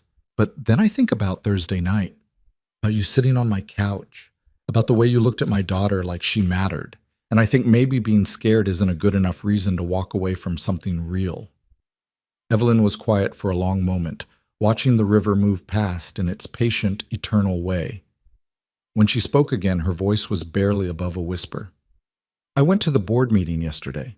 Graham was there, of course, with his charts and his concerns and his thinly veiled suggestions that I'm unfit to lead. And you know what I thought about the entire time? She turned to look at Nathan. I thought about how much I wanted to come over to your apartment, how much I wanted to help Lily with her homework and eat dinner at that small table and just be a person instead of a CEO for a few hours. Then do it. It's not that simple. Why not? Because Graham's not done. The investigation cleared us, but he's already planting seeds for the next attack. Questions about my priorities. Suggestions that my personal life is affecting my professional judgment. Her jaw tightened. He wants me to choose, the company or you. And what do you want? Evelyn looked at him with something raw and unguarded in her expression. I want both. I want to be good at my job and also have a life outside of it. I want to keep building this company and also make pancakes with an 8-year-old on Sunday mornings. I want to win against Graham and also hold your hand without worrying who's watching. She stopped, took a breath. Is that naive? No, it's human. Human doesn't win board fights. Maybe not, but it's worth something anyway. They sat in silence as the sun sank lower, the park gradually emptying of joggers and dog walkers and families heading home for dinner. Nathan wanted to reach for Evelyn's hand, wanted to close the careful distance between them, but something in her posture stopped him. I found something, Evelyn said suddenly. In Graham's financial records. He's been using his position to steer contracts to a company he owns through a shell corporation. It's fraud, Nathan. Clear, prosecutable fraud. Nathan's pulse quickened. How much are we talking about? Enough to get him removed from the board and possibly charged criminally, but... She hesitated. To prove it, I need to go through official channels, which means the board, lawyers, possibly the SEC. It's going to be messy and public, and Graham will fight back with everything he has, including coming after you harder, including coming after us harder. She met his eyes. He'll use our relationship, whatever we want to call it, as proof that I'm acting out of personal vendetta rather than legitimate business concerns. He'll try to discredit me by discrediting us. Nathan processed this, the implications settling over him like a weight. So we have two choices. Let him keep manipulating the board and spreading his poison, or expose him and accept that it's going to put a target on both our backs. Yes, that's not really a choice. Nathan, if we do this, your name is going to be dragged through the mud alongside mine. People will assume the worst. Some of your coworkers will believe it. It could affect your career, your reputation, Lily's life. Stop. Nathan's voice was firm enough to cut through her spiral. You're listing all the ways this could hurt me like I don't get a say in the decision, like I'm some fragile thing that needs protecting. You have a daughter to think about. And you think I haven't been thinking about her every second since this started? Nathan leaned forward, intense. Lily deserves to grow up seeing that sometimes you stand up for what's right even when it's hard, that you don't let bullies win just because fighting back is messy, that integrity matters more than reputation. Those are beautiful ideals, but they don't pay bills when you lose your job. I'm not going to lose my job. The investigation cleared me. My work speaks for itself. And if Graham wants to come after me for standing beside you while you expose his fraud, then let him. Nathan reached over and took Evelyn's hand, no longer caring about the careful distance. I'm in this. All the way. Stop trying to protect me and let me choose to stand with you.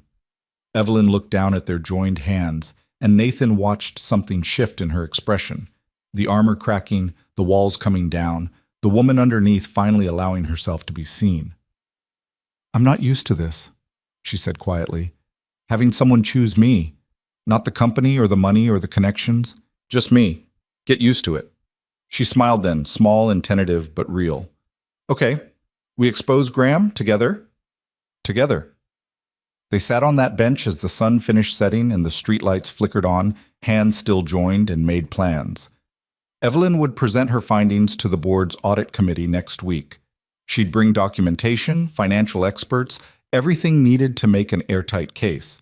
Graham would deny, deflect, attack, but the evidence would speak for itself, and Nathan would stand beside her through whatever came next. When they finally stood to leave, Evelyn turned to him with a question in her eyes that she didn't quite voice. Nathan understood it anyway. Come over tomorrow, he said. Lily's been asking about you every day. And He stopped, searching for words that felt adequate. I miss you. In my space. In my life. Are you sure? Very sure. Evelyn nodded, and something in her expression eased. Tomorrow, then. I'll bring ingredients for pancakes. Lily will lose her mind. Good. I could use some uncomplicated joy right about now. Nathan walked her to her car, and they stood in the parking lot with the last light fading from the sky and the first stars beginning to appear. The moment felt suspended, precious, like something that could shatter if either of them moved wrong. Nathan, Evelyn's voice was quiet. Yeah. Thank you for not running when this got complicated. Thank you for not asking me to. She reached up and touched his face, just briefly, her palm warm against his cheek. Then she got in her car and drove away, and Nathan stood in the parking lot feeling like he'd just made a promise he had no idea how to keep, but was determined to try anyway. The next morning arrived with Lily's excitement at full volume. She'd woken up to Nathan's news that Evelyn was coming over for pancakes and immediately launched into preparations that involved rearranging her stuffed animals, practicing her dinosaur facts, and changing outfits 3 times. Does this look okay? She asked, modeling her 4th choice. The yellow cardigan again, paired with jeans and the sneakers that lit up when she walked. You look perfect, baby. What about you? You can't wear your work clothes. Nathan looked down at his standard jeans and t-shirt. What's wrong with this? Daddy? Lily used the patient tone she'd learned from him when explaining obvious things. Evelyn is coming over. You should look nice. I look fine. You look like you're going to fix something, not like you're having a special breakfast. Nathan couldn't argue with 8-year-old logic, so he changed into dark jeans and the blue button-down shirt Evelyn had complimented once. When he emerged from his room, Lily gave him an approving nod. Much better. Now you look handsome. Where do you learn this stuff? Mrs. Chen. She knows everything about everything. Evelyn arrived at 9 with bags of groceries and a smile that made Nathan's kitchen feel brighter. Lily launched herself into a hug that Evelyn returned with easy warmth, and then they were all in the small kitchen together, Evelyn showing Lily how to measure flour properly, while Nathan made coffee and tried not to stare at the way she moved through his space like she belonged there. The trick, Evelyn was explaining, is to not overmix the batter. See? Just until it's combined. Lumps are okay. Daddy always mixes too much, Lily reported. His pancakes are flat. Hey, Nathan protested. My pancakes are fine. They're okay, Lily conceded generously, but Evelyn's will be better. Nathan caught Evelyn's eye and saw her fighting a smile. They cooked together in the small kitchen, working around each other with surprising ease, and when the first pancakes hit the griddle, perfectly golden and fluffy, Lily actually cheered. They ate at the small table with syrup and butter and fresh strawberries, and Lily talked nonstop about school and her dinosaur project, and her friend Marcus, who said that T-Rexes could definitely beat a shark in a fight.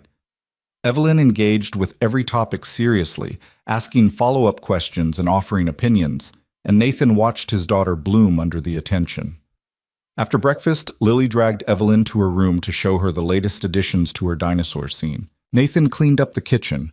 Listening to their voices drift from down the hall, Lily's high and enthusiastic, Evelyn's lower and genuinely interested, and felt something settle in his chest. This was what he'd been missing without even knowing it. Not just the presence of another adult, but the right adult. Someone who cared about Lily for who she was, not because they had to. Someone who fit into their small life without making it feel smaller. His phone buzzed. A text from Derek. Heard Graham scheduled an emergency board meeting for Monday. Word is he's making a move. You okay? Nathan stared at the message, the fragile piece of the morning cracking slightly. He typed back, "We're ready for him." We? Long story. I'll explain later. He set down his phone as Evelyn and Lily emerged from the bedroom, Lily chattering about whether they should watch a movie or go to the park. Evelyn caught Nathan's expression and understood immediately that something had shifted. "Park sounds great," she said to Lily. "Why don't you grab your jacket?" Lily scampered off, and Evelyn moved closer to Nathan. "What happened?" "Graham called an emergency board meeting for Monday." "I know. He's trying to force my hand before I can present my findings properly." Her jaw set.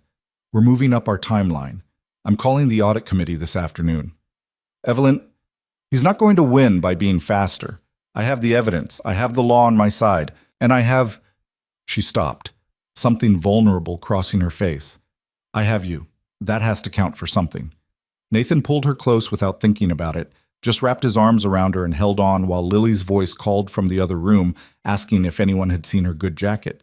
Evelyn's arms came around him in return, and for just a moment, standing in his small kitchen with pancake dishes still in the sink and his daughter hunting for outerwear, Nathan let himself believe that everything might actually work out. They spent the afternoon at the park, the three of them, and it felt like a preview of something Nathan hadn't dared to imagine. Evelyn pushed Lily on the swings while Nathan watched from a bench. They fed ducks at the pond with bread Evelyn had brought specifically for that purpose. They walked the trails with Lily running ahead and circling back, and Nathan and Evelyn fell into easy conversation about nothing important. Books they'd read, places they'd traveled, the peculiar psychology of 8-year-olds. "She's going to be heartbroken if this doesn't work out," Evelyn said quietly when Lily was out of earshot, examining something fascinating on the ground. "So will I," Nathan admitted. Evelyn looked at him, and the fear in her eyes was matched only by the hope. "What are we doing, Nathan? Really? I think we're trying to build something, see if it holds. And if it doesn't, then at least we tried." Lily came running back with a perfectly round pebble she declared was magic, and the conversation shifted to the important business of where to keep magical pebbles for safekeeping. But the question hung between Nathan and Evelyn anyway, unanswered because neither of them knew what came next. Evening fell, and they returned to Nathan's apartment for leftover pancakes and a movie that Lily picked. Somewhere during the second act, Lily fell asleep curled between them on the couch, her head on Evelyn's lap, her feet tucked against Nathan's leg. "She trusts you," Nathan said quietly, careful not to wake her. "I know." Evelyn's hand was gentle in Lily's hair. "That terrifies me almost as much as it makes me happy." "Welcome to parenting." "Is that what this is?" The question was light, but Nathan heard the weight underneath. The real question, what were they becoming? Where was this going? What came after tomorrow when the board met and Graham made his play and everything got complicated again? "I don't know," Nathan said honestly, "but I want to find out." Evelyn met his eyes over Lily's sleeping form, and something passed between them. Acknowledgement of risk, acceptance of uncertainty, commitment to trying anyway. "Me too," she said. Nathan carried Lily to bed when the movie ended, tucking her in with practiced efficiency while Evelyn waited in the living room. When he returned, he found her standing by the window, looking out at the city lights, her expression distant. "You should go," Nathan said, though he didn't want her to. "Tomorrow's going to be hard." "I know." She didn't move. "Nathan, if this goes badly, if Graham manages to turn the board against me, he won't. But if he does, you need to distance yourself. Protect your position." "No." "Nathan, no." He crossed to her, turned her to face him. "We're past that. You don't get to plan my exit strategy for me." Whatever happens Monday, we face it together. That's the deal. That's not fair to you. I don't care about fair. I care about right. He cupped her face in his hands, feeling her lean into the touch. And standing with you is right. Evelyn's eyes shone with tears she didn't let fall. I'm going to try very hard not to make you regret this. Then stop trying to protect me and let me stand beside you. She kissed him then, sudden and fierce and full of everything they'd been holding back for weeks. Nathan pulled her closer, and for a moment the fear and the uncertainty and the complications waiting in Monday's daylight all fell away. There was just this. The two of them in his living room, holding on to each other like a promise neither quite knew how to keep. When they finally pulled apart, Evelyn rested her forehead against his and whispered, "Whatever happens Monday, I'm glad I met you." "Same," Nathan said. "Now go home and prepare to take Graham apart." She smiled, real and fierce, with pleasure. Nathan walked her to the door, and they stood in his small entryway making promises with their eyes that neither voiced aloud. Then she was gone, and Nathan locked the door behind her and sat alone in his living room, thinking about Monday and board meetings, and the fact that sometimes the bravest thing you could do was refuse to run when everything rational told you to. His phone buzzed one last time that night. "Thank you for today." For Lily. "For believing this is worth fighting for." Nathan typed back, "It is. You are. We are. See you on the other side of Monday." "See you then." Nathan went to bed that night with the taste of Evelyn's kiss still on his lips and the absolute certainty that Monday would either prove them right or destroy everything they'd started building. Either way, they'd face it together. And somehow, that felt like enough. Monday morning arrived with the weight of inevitability. Nathan woke before his alarm, the pre-dawn darkness of his bedroom offering no comfort against the knot of anxiety in his stomach. Today was the day everything either came together or fell apart, and there was nothing he could do but wait and trust that Evelyn's evidence was as solid as she believed. He went through the morning routine on autopilot: shower, coffee, wake Lily, make breakfast, pack her lunch, brush her hair into the lopsided pigtails that were becoming their signature look. Lily chattered about a spelling test she had that afternoon, about how Marcus had brought a frog to school last week and got in trouble, about whether they could have tacos for dinner. Normal. Everything so beautifully, painfully normal while Nathan's world balanced on a knife's edge. "Daddy, you're not listening," Lily observed, pausing mid-sentence about the frog. "Sorry, baby. What did you say?" She studied him with the too perceptive eyes of a child who'd learned early to read her parents' moods. "Are you worried about something?" Nathan knelt down to her level, straightening her cardigan. "A little bit, but nothing for you to worry about, okay?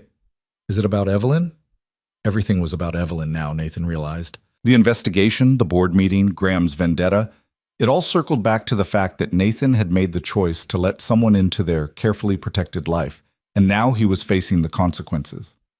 "Kind of," he admitted, "because lying to Lily had never worked anyway. But we're going to be okay. I promise." "I know." She hugged him fiercely. "Because you're the best daddy, and Evelyn is smart, and bad people don't win forever." Nathan held his daughter and wondered when she'd become wise enough to offer him comfort instead of needing it from him. That's right. Bad people don't win forever. He dropped Lily at school with an extra long hug and a reminder that Mrs. Chen would pick her up that afternoon. Then he drove to the Riverside site, trying to focus on the foundation inspection scheduled for 10 o'clock, while his mind kept drifting to what was happening across town in Cartervale's boardroom. Evelyn had texted him at 6 that morning. "Board meeting starts at 9, audit committee presentation at 9:30. I'll update you when I can." Nathan had replied, "You've got this. I believe in you." Her response had been immediate. "That means more than you know." Now standing at the construction site watching his crew prep for the inspection, Nathan checked his phone every few minutes like the compulsion could somehow speed up time. 9 o'clock came and went. 9:30. 10. The inspection proceeded without issues, the inspector signing off on everything, but Nathan barely registered the success. At 10:45, his phone finally rang. "Evelyn." Nathan walked away from the crew, heart pounding. "How did it go?" "Mixed." Evelyn's voice was tight with controlled tension. "The audit committee agreed the evidence warrants investigation." They're bringing in an external forensic accounting firm to verify everything. But Graham's claiming I fabricated the documents, that this is a personal attack motivated by his legitimate concerns about my judgment. Can he prove that? No, but he doesn't have to prove it. He just has to plant enough doubt. She took a breath. The board's divided. Half of them see the fraud for what it is. The other half think I'm using company resources to go after someone who questioned my relationship with you. Nathan's grip tightened on the phone. So what happens now? External investigation, which could take weeks. In the meantime, Graham's pushing for a vote of no confidence in my leadership. Her voice cracked slightly. Nathan, I might lose this. Not today, but soon. If enough board members decide I'm compromised, they can force me out. The ground felt unstable beneath Nathan's feet. He'd known this was possible, had understood the risk, but hearing it spoken aloud made it real in a way that theory never could. What do you need from me? He asked. Nothing. Everything. I don't know. She laughed, but there was no humor in it. I just needed to hear your voice and remember why I'm fighting this battle. Because Graham's a criminal who's been stealing from the company. And because I'm tired of people like him winning by default because everyone else is too scared to call them out. A pause. And because you asked me if being scared was a good enough reason to walk away from something real, and I said no. Nathan closed his eyes, wishing he could reach through the phone and pull her close. Where are you now? In my office. I have back-to-back meetings all afternoon, damage control mostly, board members who want reassurance, department heads who've heard rumors, investors asking questions. She sounded exhausted. I won't be able to see you for a few days, maybe longer. I need to be visible, professional, completely focused on the company. I understand. Nathan, I understand, he repeated, gentler this time. Do what you need to do. I'm not going anywhere. I don't deserve you. Yeah, you do. Now go be terrifying and brilliant and make them remember exactly who they're dealing with. She laughed, real this time. Okay, I'll call you when I can. They hung up, and Nathan stood at the construction site staring at nothing, trying to process the fact that the woman he'd started falling for might be forced out of her own company because she dared to expose corruption, and worse, dared to care about someone the board deemed inappropriate. His phone buzzed again.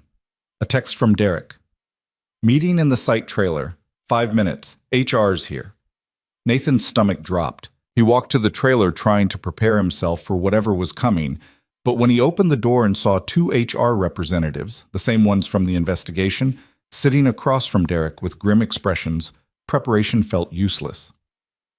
Mr. Brooks, thank you for coming, the lead representative began. We need to discuss a situation that's developed. Nathan sat down slowly. What situation? The board has expressed concerns about the optics of your continued involvement in company projects, while Ms. Carrington is facing questions about her judgment. To avoid any appearance of favoritism or conflict of interest, they're requesting you be temporarily reassigned. Reassigned to what? Administrative leave, paid, of course, until the external investigation into the board matter is complete and we can assess the appropriate next steps. Nathan stared at them, the words taking a moment to fully penetrate. You're suspending me. Not suspending. Reassigning to administrative leave. There's a difference. Is there? Because it sounds like you're removing me from my job because Graham Holloway wants to punish Evelyn by going after me. The representatives exchanged glances. The second one, a younger man Nathan had barely spoken to before, leaned forward. Mr. Brooks, we understand this is frustrating, but the board has the authority to make personnel decisions they feel are in the company's best interest. Even when those decisions are retaliation? No one is retaliating. This is a precautionary measure. This is bullshit. Nathan stood, anger finally breaking through the shock. You investigated me. You found no wrongdoing. My work is excellent. My record is clean. And now you're putting me on leave because being associated with Evelyn Carrington is politically inconvenient. That's not... Then what is it? Explain to me how this isn't punishment for refusing to distance myself when Graham started his witch hunt. The room went silent. Derek looked miserable, caught between loyalty to Nathan and his own position in the company. The HR representatives maintained their professional masks, but Nathan could see the discomfort underneath. You'll continue receiving full pay and benefits, the lead representative said finally. We'll notify you when the reassignment ends. In the meantime, we'll need your site access badge and company laptop. Nathan felt something crack inside him. This was his job, his career, the thing he'd built through competence and integrity and years of showing up before dawn and staying past dark. And they were taking it away with bureaucratic language and apologetic tones, like that made it less of a violation. He pulled the badge from his pocket and set it on the table with deliberate control. The laptop's in my truck. I'll bring it in. Thank you for understanding. I don't understand, and I don't accept this. Nathan met each of their eyes in turn. But I'll comply because fighting you wastes energy. I'd rather spend supporting Evelyn while she deals with actual corruption instead of invented scandals. He walked out before they could respond, retrieved the laptop from his truck, and delivered it to the trailer without another word. Derek followed him to the parking lot. Man, I'm sorry, Derek said. I tried to push back, but the decision came from above my level. I know, it's not your fault. Nathan unlocked his truck, then paused. Do me a favor? Anything. Keep an eye on the Riverside project. Don't let them bring in someone who'll cut corners just to make up time. You're worried about the project, right now? I'm worried about the people who'll eventually live in those buildings. Quality matters, even when everything else is falling apart. Derek nodded slowly. I'll keep an eye on it. And Nathan, for what it's worth, everyone on the crew knows this is political garbage. Your reputation with us is solid. It was small comfort, but Nathan took it anyway. He drove home in the middle of a workday for the first time in 3 years, the wrongness of it making his skin itch. He should be at the site. Should be managing logistics and solving problems and doing the job he was good at. Instead, he was on administrative leave because he'd fallen for his boss and refused to apologize for it. His phone rang as he pulled into his apartment complex. Evelyn. I just heard, she said without preamble. Nathan, I'm so sorry. I'm going to fight this. Don't! Nathan cut her off gently. Don't make this another battle you have to fight. You've got enough on your plate. They can't do this to you. They already did. And honestly, he laughed, bitter and exhausted. I'm almost relieved. At least now we know exactly where we stand.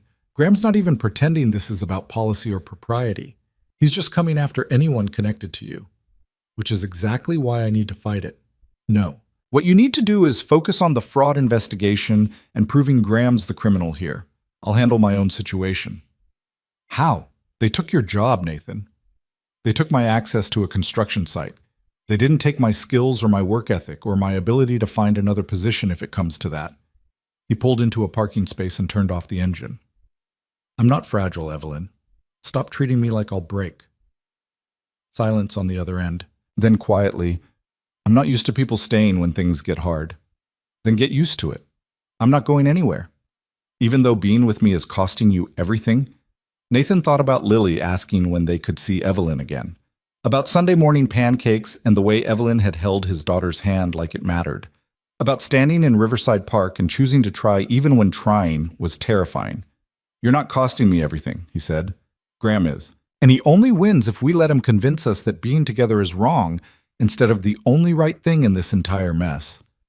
Evelyn's breath caught. I have to go, another meeting. But Nathan? Yeah? Thank you for staying. Always. She hung up, and Nathan sat in his truck in the parking lot of his apartment complex on a Monday afternoon when he should have been at work and tried to figure out what came next. The answer, it turned out, was Lily. Mrs. Chen called at 2:30, her voice tight with concern. Nathan, I got a call from Lily's school. She's in the principal's office. They're saying she got into a fight. Nathan's world tilted. Lily didn't fight. Lily was gentle and bookish and resolved conflicts with words, not fists. A fight? With who? A boy in her class. Nathan, they want you to come pick her up. Now. He was in the truck and driving before Mrs. Chen finished speaking, his mind racing through possibilities. Lily was okay. She had to be okay. But what had happened to push his gentle daughter into physical confrontation? The school receptionist directed him to the principal's office with a sympathetic expression that made Nathan's anxiety spike higher.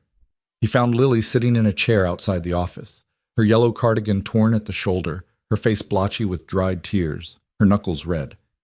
Baby. Nathan dropped to his knees in front of her, hands gentle on her shoulders as he checked for injuries. Are you hurt? Lily shook her head, then threw her arms around his neck and started crying again. Nathan held her, aware of the principal watching through the office window, and waited for his daughter to find words. He said mean things, Lily finally choked out, about you and Evelyn. He said his dad said you were bad people and Evelyn was going to get fired and it was your fault, and I told him to take it back, but he wouldn't, and he kept saying it, and… She pulled back, eyes fierce despite the tears. I pushed him, Daddy, and he pushed me back and I hit him. I know I'm not supposed to hit people, but he wouldn't stop. Nathan's heart broke and swelled simultaneously. His daughter defending him and Evelyn against playground cruelty that had filtered down from adult gossip. He pulled her close again, stroking her hair. It's okay, baby. It's okay. But I hit someone. That's bad. Yeah, it is. We don't hit people, even when they say things that hurt us. He pulled back to meet her eyes. But I understand why you did it, and I'm proud of you for standing up for people you love. Are you mad? No, but we still have to talk to the principal and accept whatever consequence comes from hitting. That's part of taking responsibility for our choices, even when those choices made sense at the time. The meeting with the principal was exactly as uncomfortable as Nathan expected. Lily was getting a one-day suspension for physical aggression, the other boy was getting the same, and there would be a mediated conversation between both families about appropriate behavior and the impact of adult conflicts on children. Nathan accepted the suspension without argument and carried Lily to the truck, her small body heavy with exhaustion and emotional aftermath. They drove home in silence, and Nathan tried to figure out how to explain to an 8-year-old that sometimes standing up for what's right came with punishment anyway. Marcus's dad works at your company, Lily said quietly as they pulled into the parking lot. That's how he knew about you and Evelyn. He heard his dad talking about it. Nathan's hands tightened on the wheel.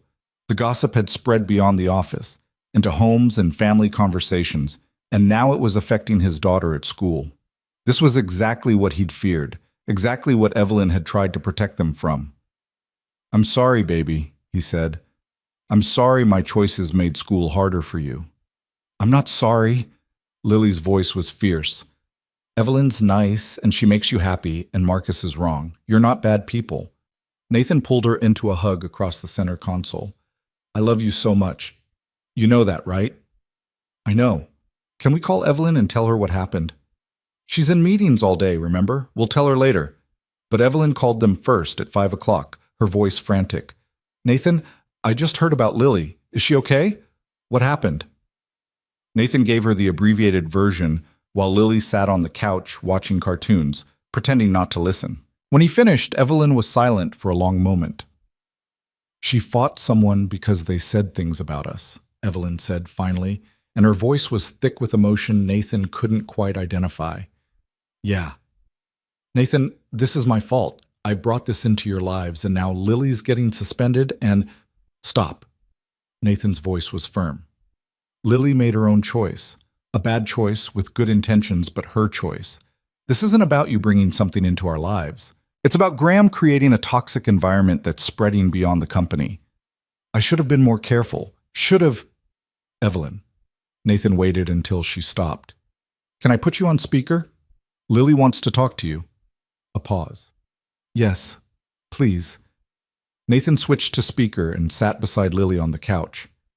You're on speaker now. Lily. Evelyn's voice was gentle. I heard what happened at school. Are you okay? I'm okay. Lily scooted closer to the phone. I got suspended, but Daddy says that's fair because I hit someone even though he was being mean. That was very brave of you to stand up for your dad and me. But your dad's right. We don't hit people, even when they're wrong. I know, I'm sorry.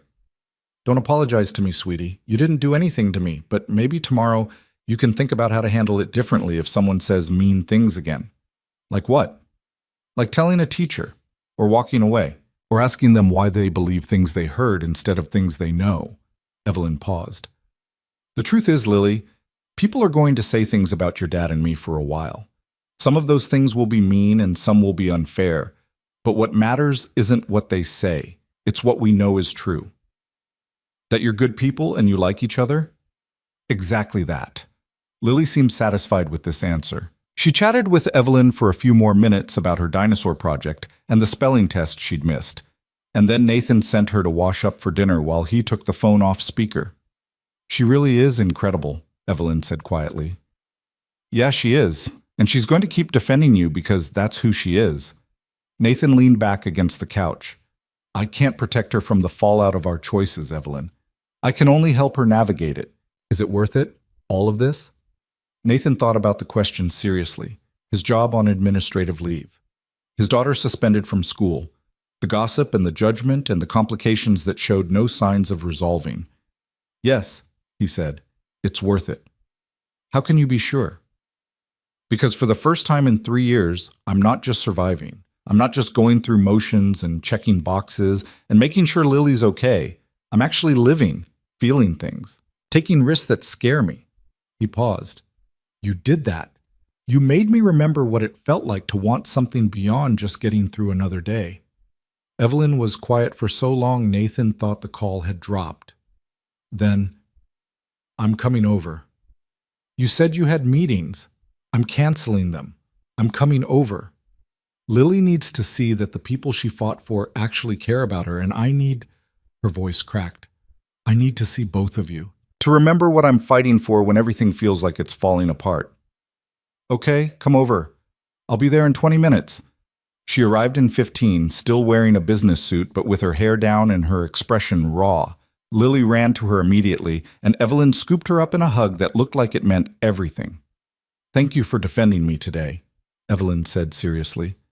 "Even though you got in trouble, it means a lot that you thought I was worth standing up for." "You are worth it," Lily said simply. "You're part of our family now." Nathan watched Evelyn freeze, watched her eyes go wide and then bright with unshed tears, watched her hug Lily tighter like she was holding on to something precious and fragile. "I'd be honored to be part of your family," Evelyn whispered. They had dinner together, spaghetti again, because it was easy and Lily loved it. And the strange thing was how normal it felt despite everything burning down around them. They ate and talked and laughed at Lily's stories, and for a few hours Nathan let himself pretend that this was sustainable, that they could actually build something real in the middle of corporate warfare and public scrutiny. After Lily went to bed, Nathan and Evelyn sat on the couch in the quiet darkness, his arm around her shoulders, her head resting against his chest. "The external investigation starts tomorrow," Evelyn said. "They'll spend weeks going through Graham's financial records, interviewing people, building a case. In the meantime, he's gathering support for the no-confidence vote. What are the odds? Even? Maybe slightly in his favor." She turned to look up at Nathan. "If I lose the vote, I'm out as CEO. Graham will likely take over, at least temporarily, and one of his first acts will be making sure you're permanently removed from the company. Then we deal with that when it happens. You could leave now, find another job before you're formally terminated. Save your reputation." "I could, but I won't." "Why not?" Nathan pulled her closer, feeling the weight of her against him, the warmth and the trust and the fear all tangled together. "Because Lily's right. You're part of our family now, and families don't run when things get hard." Evelyn's breath hitched. "Nathan, I know it's fast. I know we barely know each other. I know everything about this is complicated and messy and possibly a disaster waiting to happen." He tilted her chin up so he could meet her eyes. "But I also know that I'm falling for you. Have been since the first night you fed me soup in your kitchen and looked at me like I was someone worth seeing. And I'm not walking away from that just because Graham Holloway wants to destroy everything good in his path." Evelyn kissed him then, desperate and fierce, and Nathan kissed her back with all the certainty he couldn't put into words. When they finally pulled apart, both breathing hard, Evelyn rested her forehead against his. "I'm falling for you too," she whispered. "So much it terrifies me."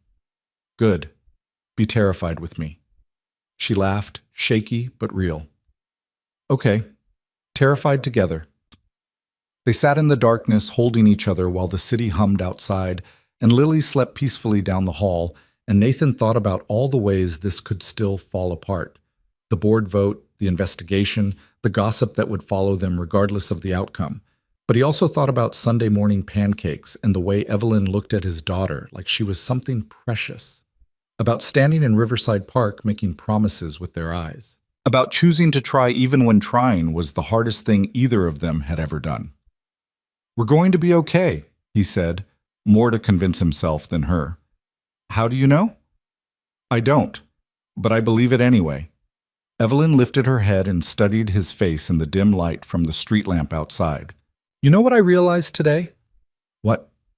"That I'd rather have this, you and Lily and Sunday pancakes and all the complicated, messy reality of it, than all the success and power and control in the world." She touched his face gently. "Graham can take the company. He can take my title. He can take everything I've spent 15 years building. But he can't take this unless I let him."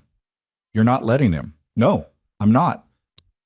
They stayed like that until past midnight, talking about everything and nothing, making plans for scenarios that might never happen. Just being together in the quiet certainty that whatever came next, they'd face it side by side.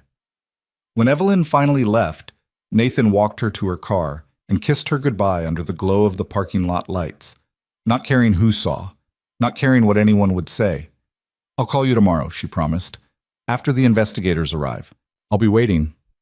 She drove away, and Nathan went back inside to his small apartment where his daughter slept peacefully and his entire life balanced on the edge of transformation or disaster, or maybe both at once. He checked on Lily one more time, smoothing her hair back from her forehead, grateful beyond measure for this small person who'd reminded him what it meant to fight for people you loved. Then he went to bed and tried to sleep, knowing that tomorrow would bring new battles, new complications, new reasons to doubt every choice he'd made, but also knowing that for the first time in years, he was choosing to live instead of just survive. And that had to count for something. The external investigation moved faster than anyone expected. By Wednesday, the forensic accounting firm had uncovered enough evidence to warrant immediate action.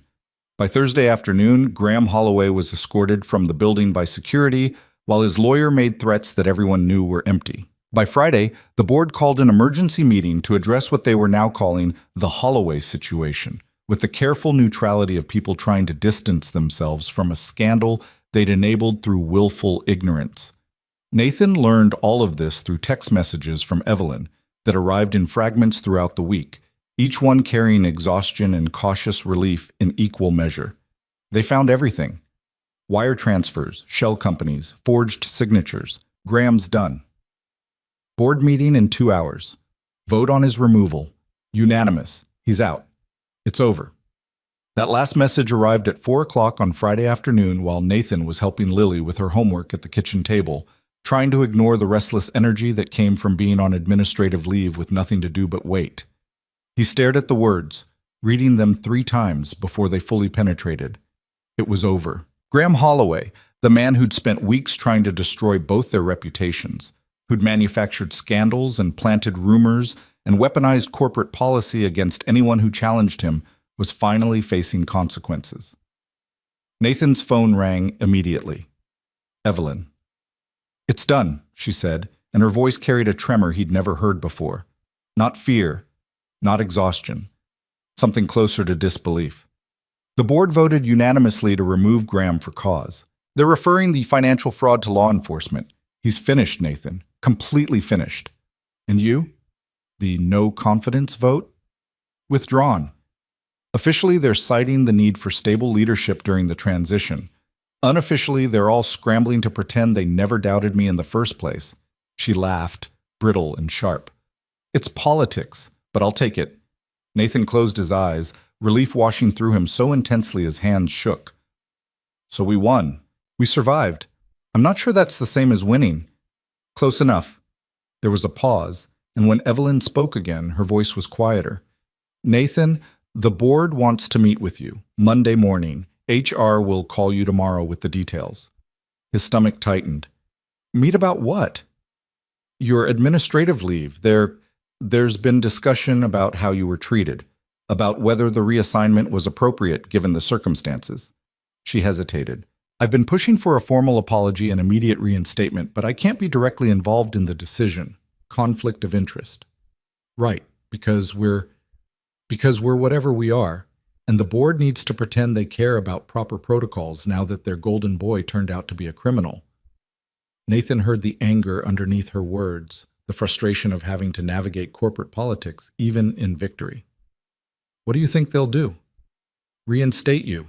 Probably with some face-saving language about how the temporary reassignment was a precautionary measure taken in good faith. Her voice hardened. But Nathan, even if they reinstate you, working here is going to be different now. People know about us. Some will support it, some won't, but everyone will have an opinion. I can handle opinions. Can you handle being known as the guy who's dating the CEO? Because that's what you'll be. Every promotion, every project assignment, every success, people will question whether you earned it or whether I gave it to you. Nathan thought about that, about the weight of perception and the impossibility of proving negative assumptions wrong, about spending the rest of his career justifying his competence to people who'd already decided his relationship disqualified him from respect. Maybe I don't come back to Carter Vale, he said slowly. Silence on the other end. Then, what? Maybe this is an opportunity to start fresh somewhere else. Build something on my own terms where I'm not fighting against assumptions before I even walk in the door. Nathan, you love that job. You're good at it. I'm good at construction management and logistics. Those skills transfer. He looked over at Lily, who'd abandoned her homework to color a picture of a dinosaur wearing a top hat. And maybe it's better for both of us if we're not working at the same company. Cleaner, less complicated. Is that what you want? Nathan considered the question honestly. A week ago, the thought of leaving Carter Vale would have felt like failure, like letting Graham win by driving him out. But now, with Graham gone and the investigation over and Evelyn safe, it felt less like running and more like choosing.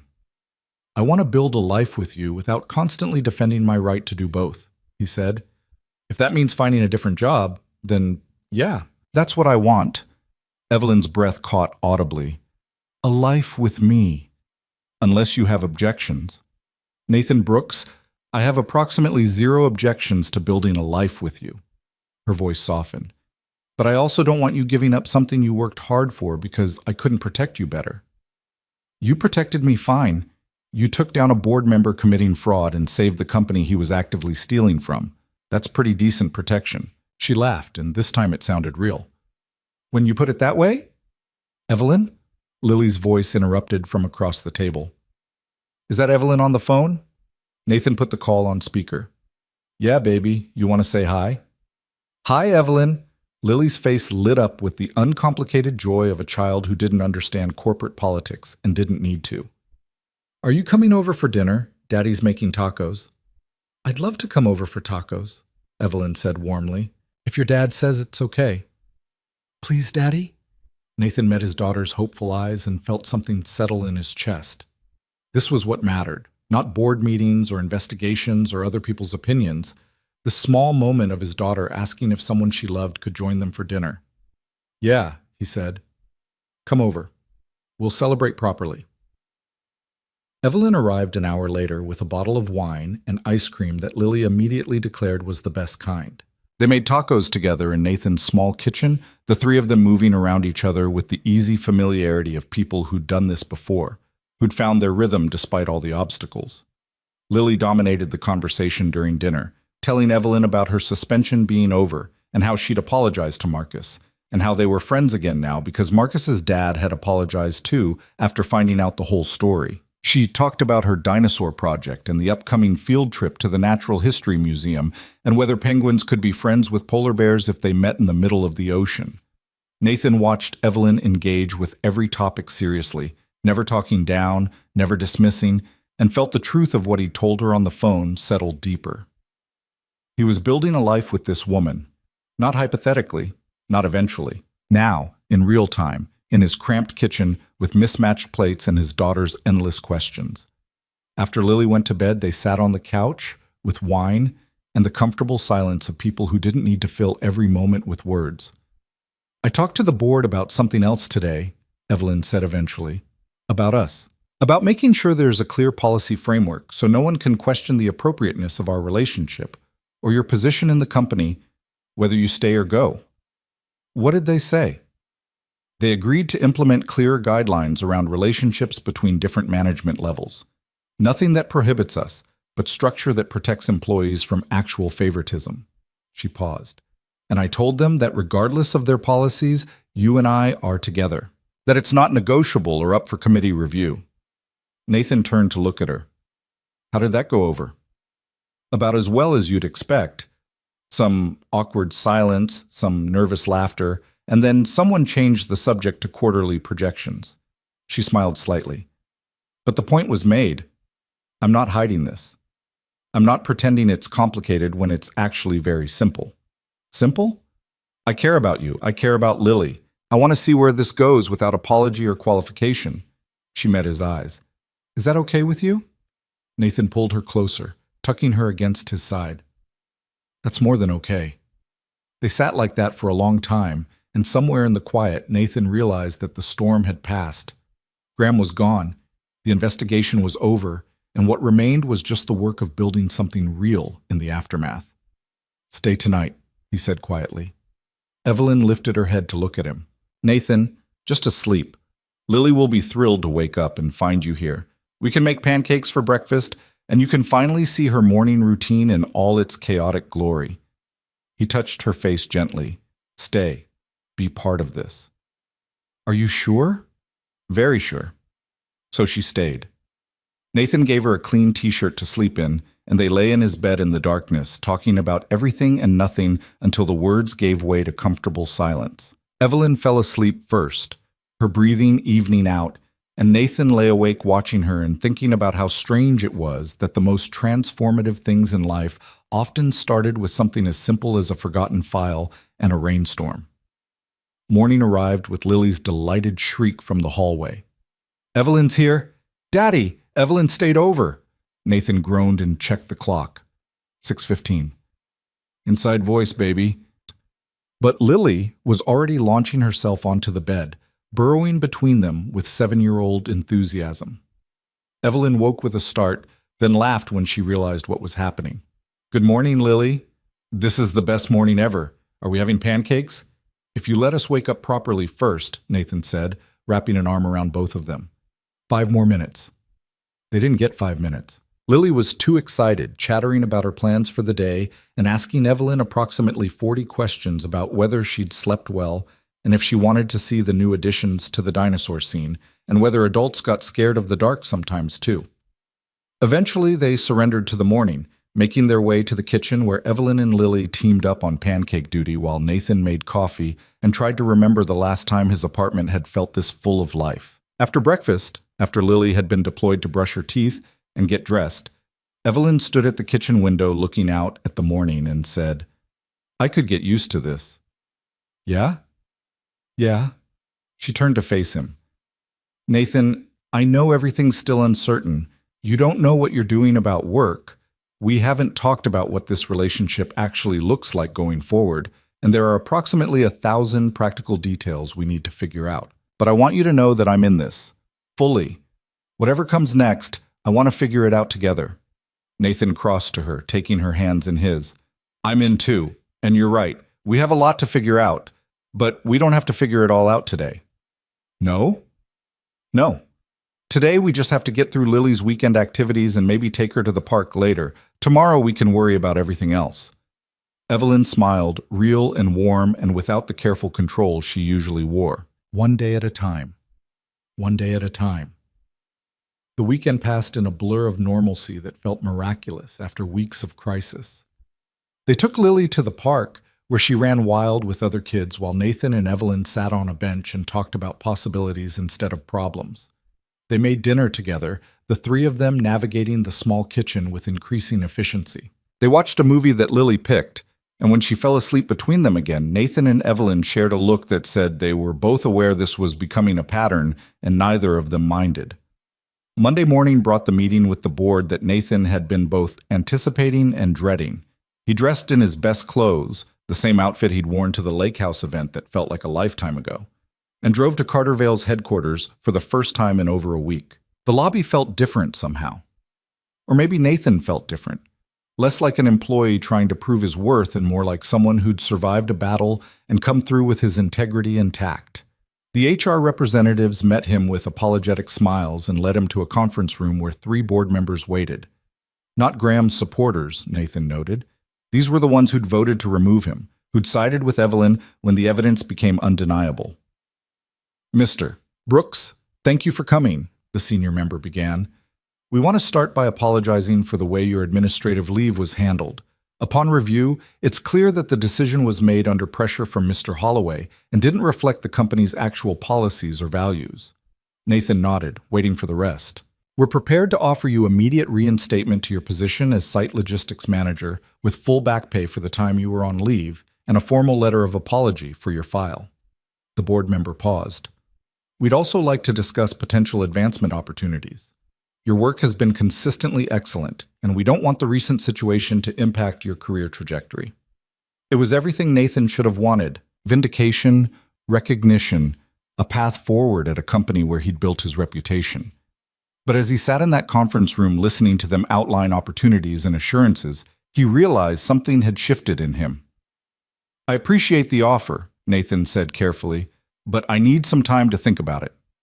The board members exchanged glances. "Of course. Take whatever time you need. We understand this has been a difficult situation." "Actually, I need to be honest with you." Nathan leaned forward. "I'm involved with Evelyn Carrington. You all know that already.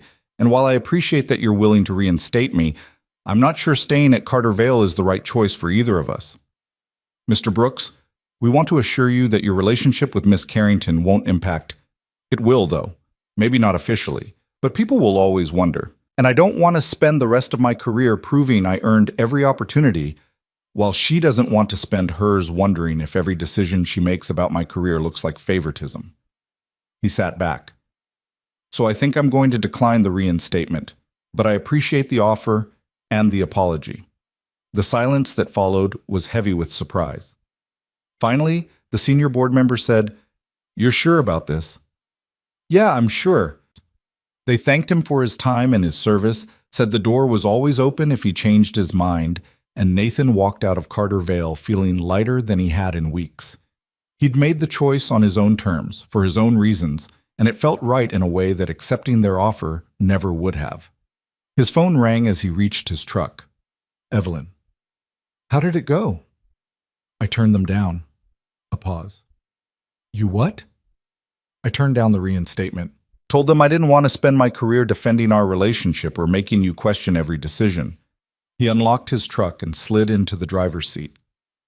"I'm going to start looking for positions at other firms, someplace where I can build my own reputation independent of us." "Nathan, you didn't have to do that." "I know. I wanted to." He started the engine. "Besides, I've been thinking about what I actually want to do with my career, and site logistics at someone else's company isn't it anymore." "What is it?" "I want to start my own firm, small-scale construction management and consulting, take on projects that matter instead of just chasing timelines and budgets." The idea had been forming all weekend, solidifying during the drive to the meeting, and now speaking it aloud made it real. "I've got enough savings to get started, enough contacts to find initial clients. It'll be tight for a while, but manageable." Evelyn was quiet for a long moment. "That's terrifying and amazing and exactly the kind of thing you should do." "Yeah? Yeah. And if you need help with startup costs or business planning or anything else, I'm here, not as your boss or as the CEO of Carter Vale, as your partner." "Partner." The word settled into Nathan's chest like a promise. "I'll take you up on that," he said. "But first, I need to pick up Lily from school and tell her that Daddy's going to be around a lot more while he figures out this entrepreneur thing." "She's going to be thrilled." "Probably. Or she'll be annoyed that I'm cramping her style." He smiled. "Either way, it's going to be an adventure." They hung up, and Nathan drove to Lily's school feeling like he was finally moving towards something instead of just away from disaster. The afternoon pickup line was the usual chaos of parents and kids and teachers directing traffic, but Nathan didn't mind the wait. When Lily emerged from the building, backpack bouncing, she scanned the line of cars until she found his truck. Her face lit up, and she ran over with the enthusiasm of someone who'd been apart from her person for way too long, even though it had only been since this morning. "Daddy, you're early!" "I had a meeting that finished sooner than expected." He helped her into the truck and buckled her seatbelt. "How was school?" "Good. We learned about fractions, and I mostly understood them, and then at recess, Emma said she might be moving back because her dad's job changed, and can we have pizza for dinner?" "Sure, baby, we can have pizza." They drove home, Lily chattering the entire way, and Nathan felt the rightness of this choice settle deeper. This was what mattered. Being present for his daughter, having the flexibility to pick her up from school without worrying about leaving a construction site, building a life that had space for the things that made them happy. That evening, after pizza and homework and the nightly battle over whether bedtime really had to be at 8:30, Nathan tucked Lily in and sat on the edge of her bed. "I have something to tell you," he said. Lily looked up at him with curious eyes. "What?" "I'm not going back to my old job. I'm going to start my own business instead." "Like a boss?" "Yeah, kind of like a boss. It means I'll be working from home a lot, at least at first. You'll probably get sick of seeing me around so much." Lily threw her arms around his neck. "I won't get sick of you. I like it when you're home." Nathan held his daughter close and felt gratitude so fierce it ached. "I like it too, baby." "Does this mean Evelyn can come over more often, since you won't be at work all the time?" "Yeah, if you want her to." "I do. She's my friend and yours, and maybe she could be even more than friends." Lily pulled back, studying his face with the serious expression of a child trying to understand adult relationships.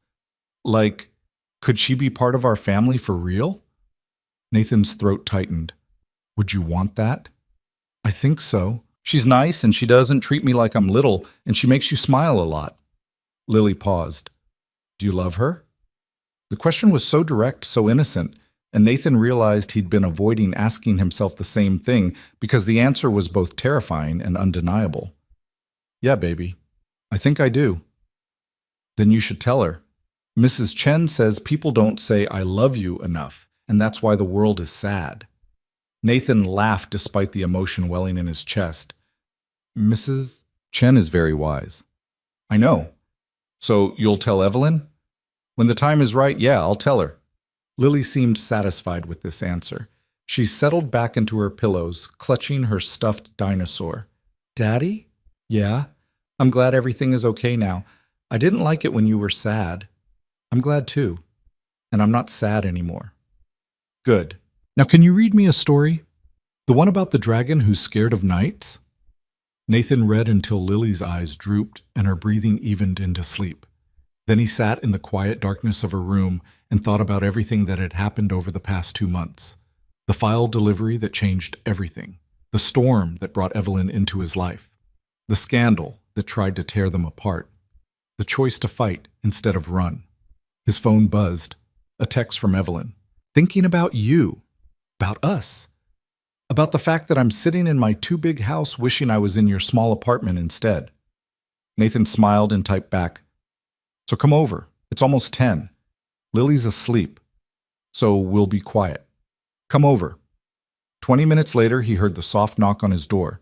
He opened it to find Evelyn standing in the hallway wearing jeans and a sweater, her hair down, her expression uncertain and hopeful in equal measure. "Hi," she said. "Hi." Nathan pulled her inside, closed the door quietly, and just held her for a long moment. "I'm glad you came." "I couldn't stay away." She pulled back to look at him. "Nathan, I've been thinking about what you said this morning, about starting your own firm, about building something independent. Having second thoughts about supporting a risky business venture?" "No. Having thoughts about joining you." Nathan stared at her. "What?" "Not right away. I have responsibilities at Carter Vale, and I can't just walk away while the company recovers from Graham's fraud. But eventually, maybe a year, maybe 2, I want out." Her eyes were bright with something that looked like possibility. "I want to do something that matters beyond quarterly profits and shareholder returns, and I think we could build something incredible together. A firm that does development right. Sustainable. Community-focused. Led by people who actually care about the outcome beyond the bottom line." Nathan felt his heart start to race. "You're serious?" "Completely serious. I've spent 15 years building someone else's vision. I want to build our own." "Evelyn, that's—" He stopped, overwhelmed by the scope of what she was suggesting. Not just a relationship, but a partnership in every sense. Professional and personal, intertwined and intentional. "That's a huge decision." "I know, which is why I'm not rushing it. But I wanted you to know that I'm thinking beyond next week or next month. I'm thinking years, decades maybe, building something that lasts." She touched his face gently. With you. Nathan kissed her then, deep and sure and full of all the words he didn't quite have yet. When they finally pulled apart, both breathing hard, he rested his forehead against hers. Lily asked me tonight if I loved you, he said quietly. Evelyn went very still. What did you tell her? I told her yes, that I think I do. He pulled back to meet her eyes. I know it's fast. I know we're still figuring out what this is, but I also know that what I feel for you is real and growing and not going away. Evelyn's eyes filled with tears that she didn't let fall. I love you too. I've been trying not to say it because it felt too soon and too intense and too much for something that started with a file delivery and a thunderstorm. But I do. I love you and I love Lily and I love the life we're building together. Then say it, no more trying not to. I love you, Nathan Brooks. I love you too. They stood in his small entryway holding each other while the city hummed outside and Lily slept peacefully down the hall, and Nathan thought about all the ways his life had changed in 2 months. The job he'd lost and the career he was building, the woman he'd let in and the family they were becoming. Stay tonight, he said again, and tomorrow, and every night after that if you want. Nathan, I know you have your house and your life and probably very good reasons why moving in together after 2 months is a terrible idea, but I also know that every time you leave, I count the hours until you come back, and I'm tired of counting. Evelyn laughed, shaky and bright. Are you asking me to move in with you? Eventually, when you're ready, when it makes sense. He kissed her forehead.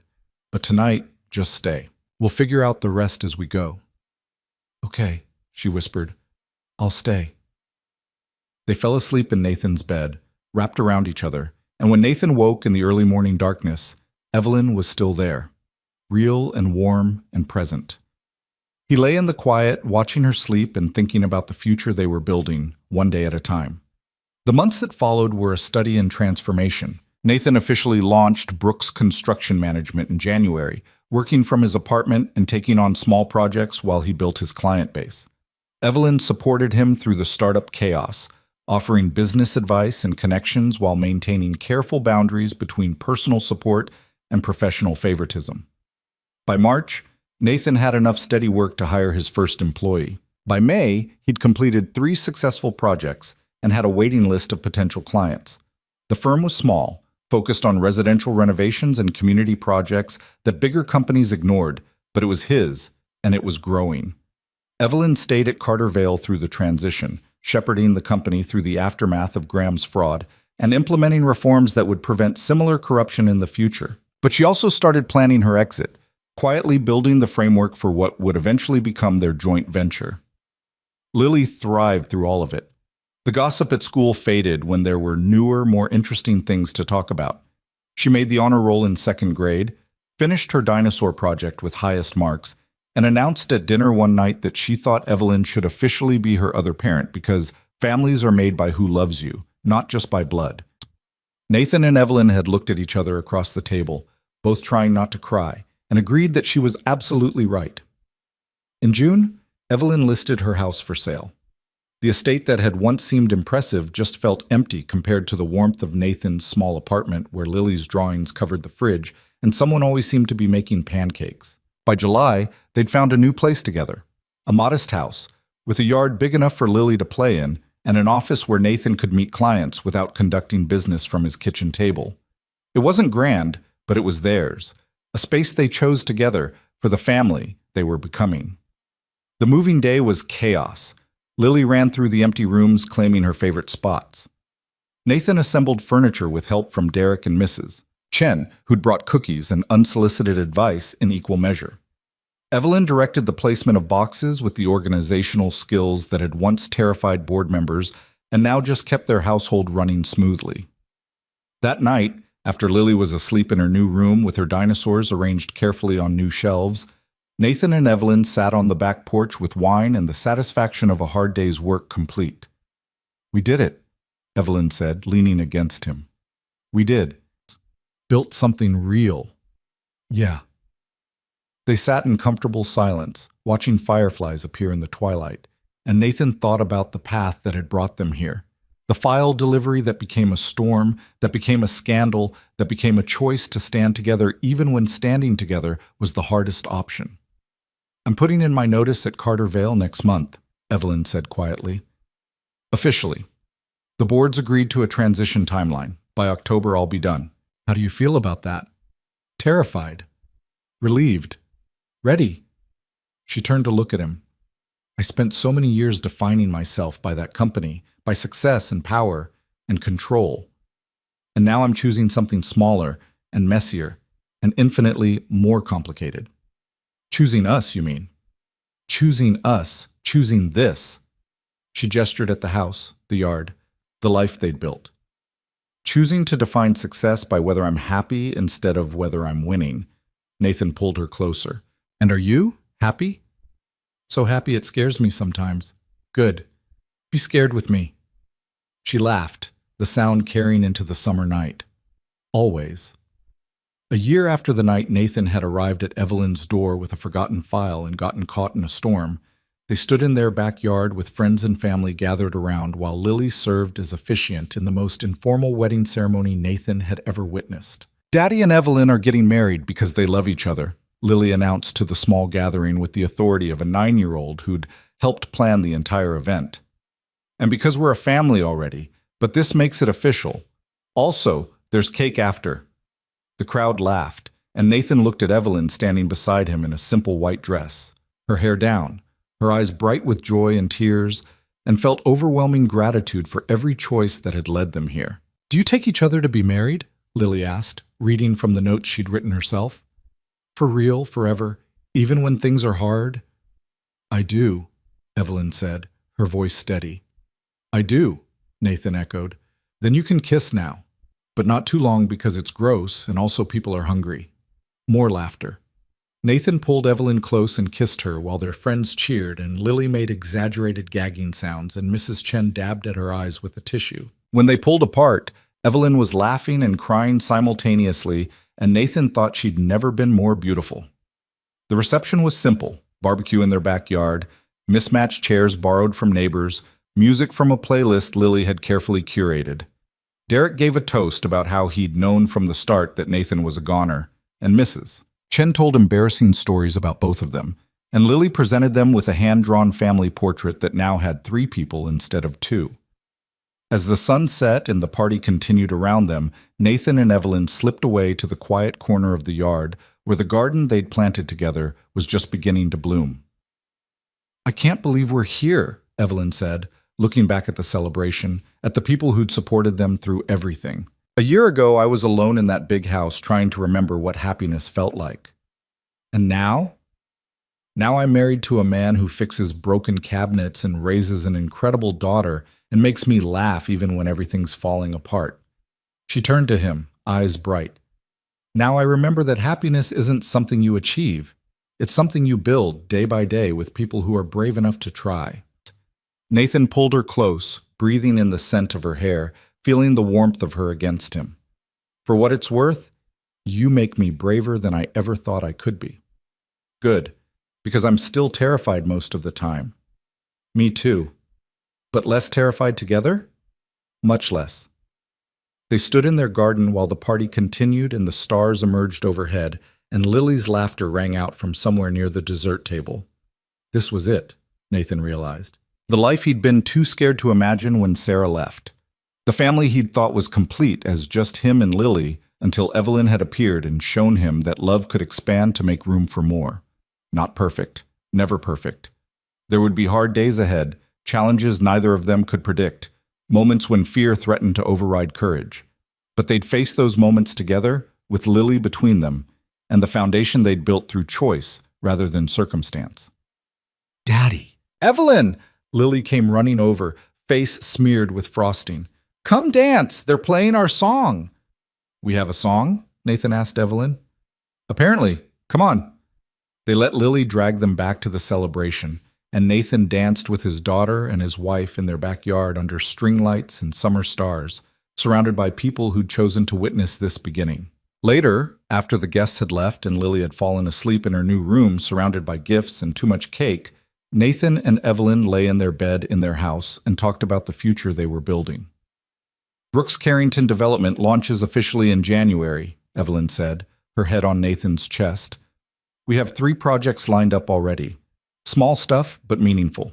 Community center renovation in the North District, affordable housing development on Maple Street, and the youth recreation facility downtown, Nathan recited. I've been thinking about hiring Derek. He's good, and he'd fit the company culture we're building. Do it. We need people who care about more than just finishing under budget. She traced patterns on his skin absently. Nathan, are you happy? Really happy? Not just making the best of things? He thought about the question seriously. About a small firm that was growing steadily, about the partnership with Evelyn that would officially launch in a few months, about Lily, who was thriving in their new house with her new school and her 2 parents who loved her fiercely. I'm really happy, he said. Terrifyingly, vulnerably, completely happy. Good, me too. They fell asleep wrapped around each other, and when Nathan woke in the early morning with Lily climbing into bed between them because she'd had a dream about dinosaurs taking over the city, he didn't mind the interrupted sleep. This was family. This was home.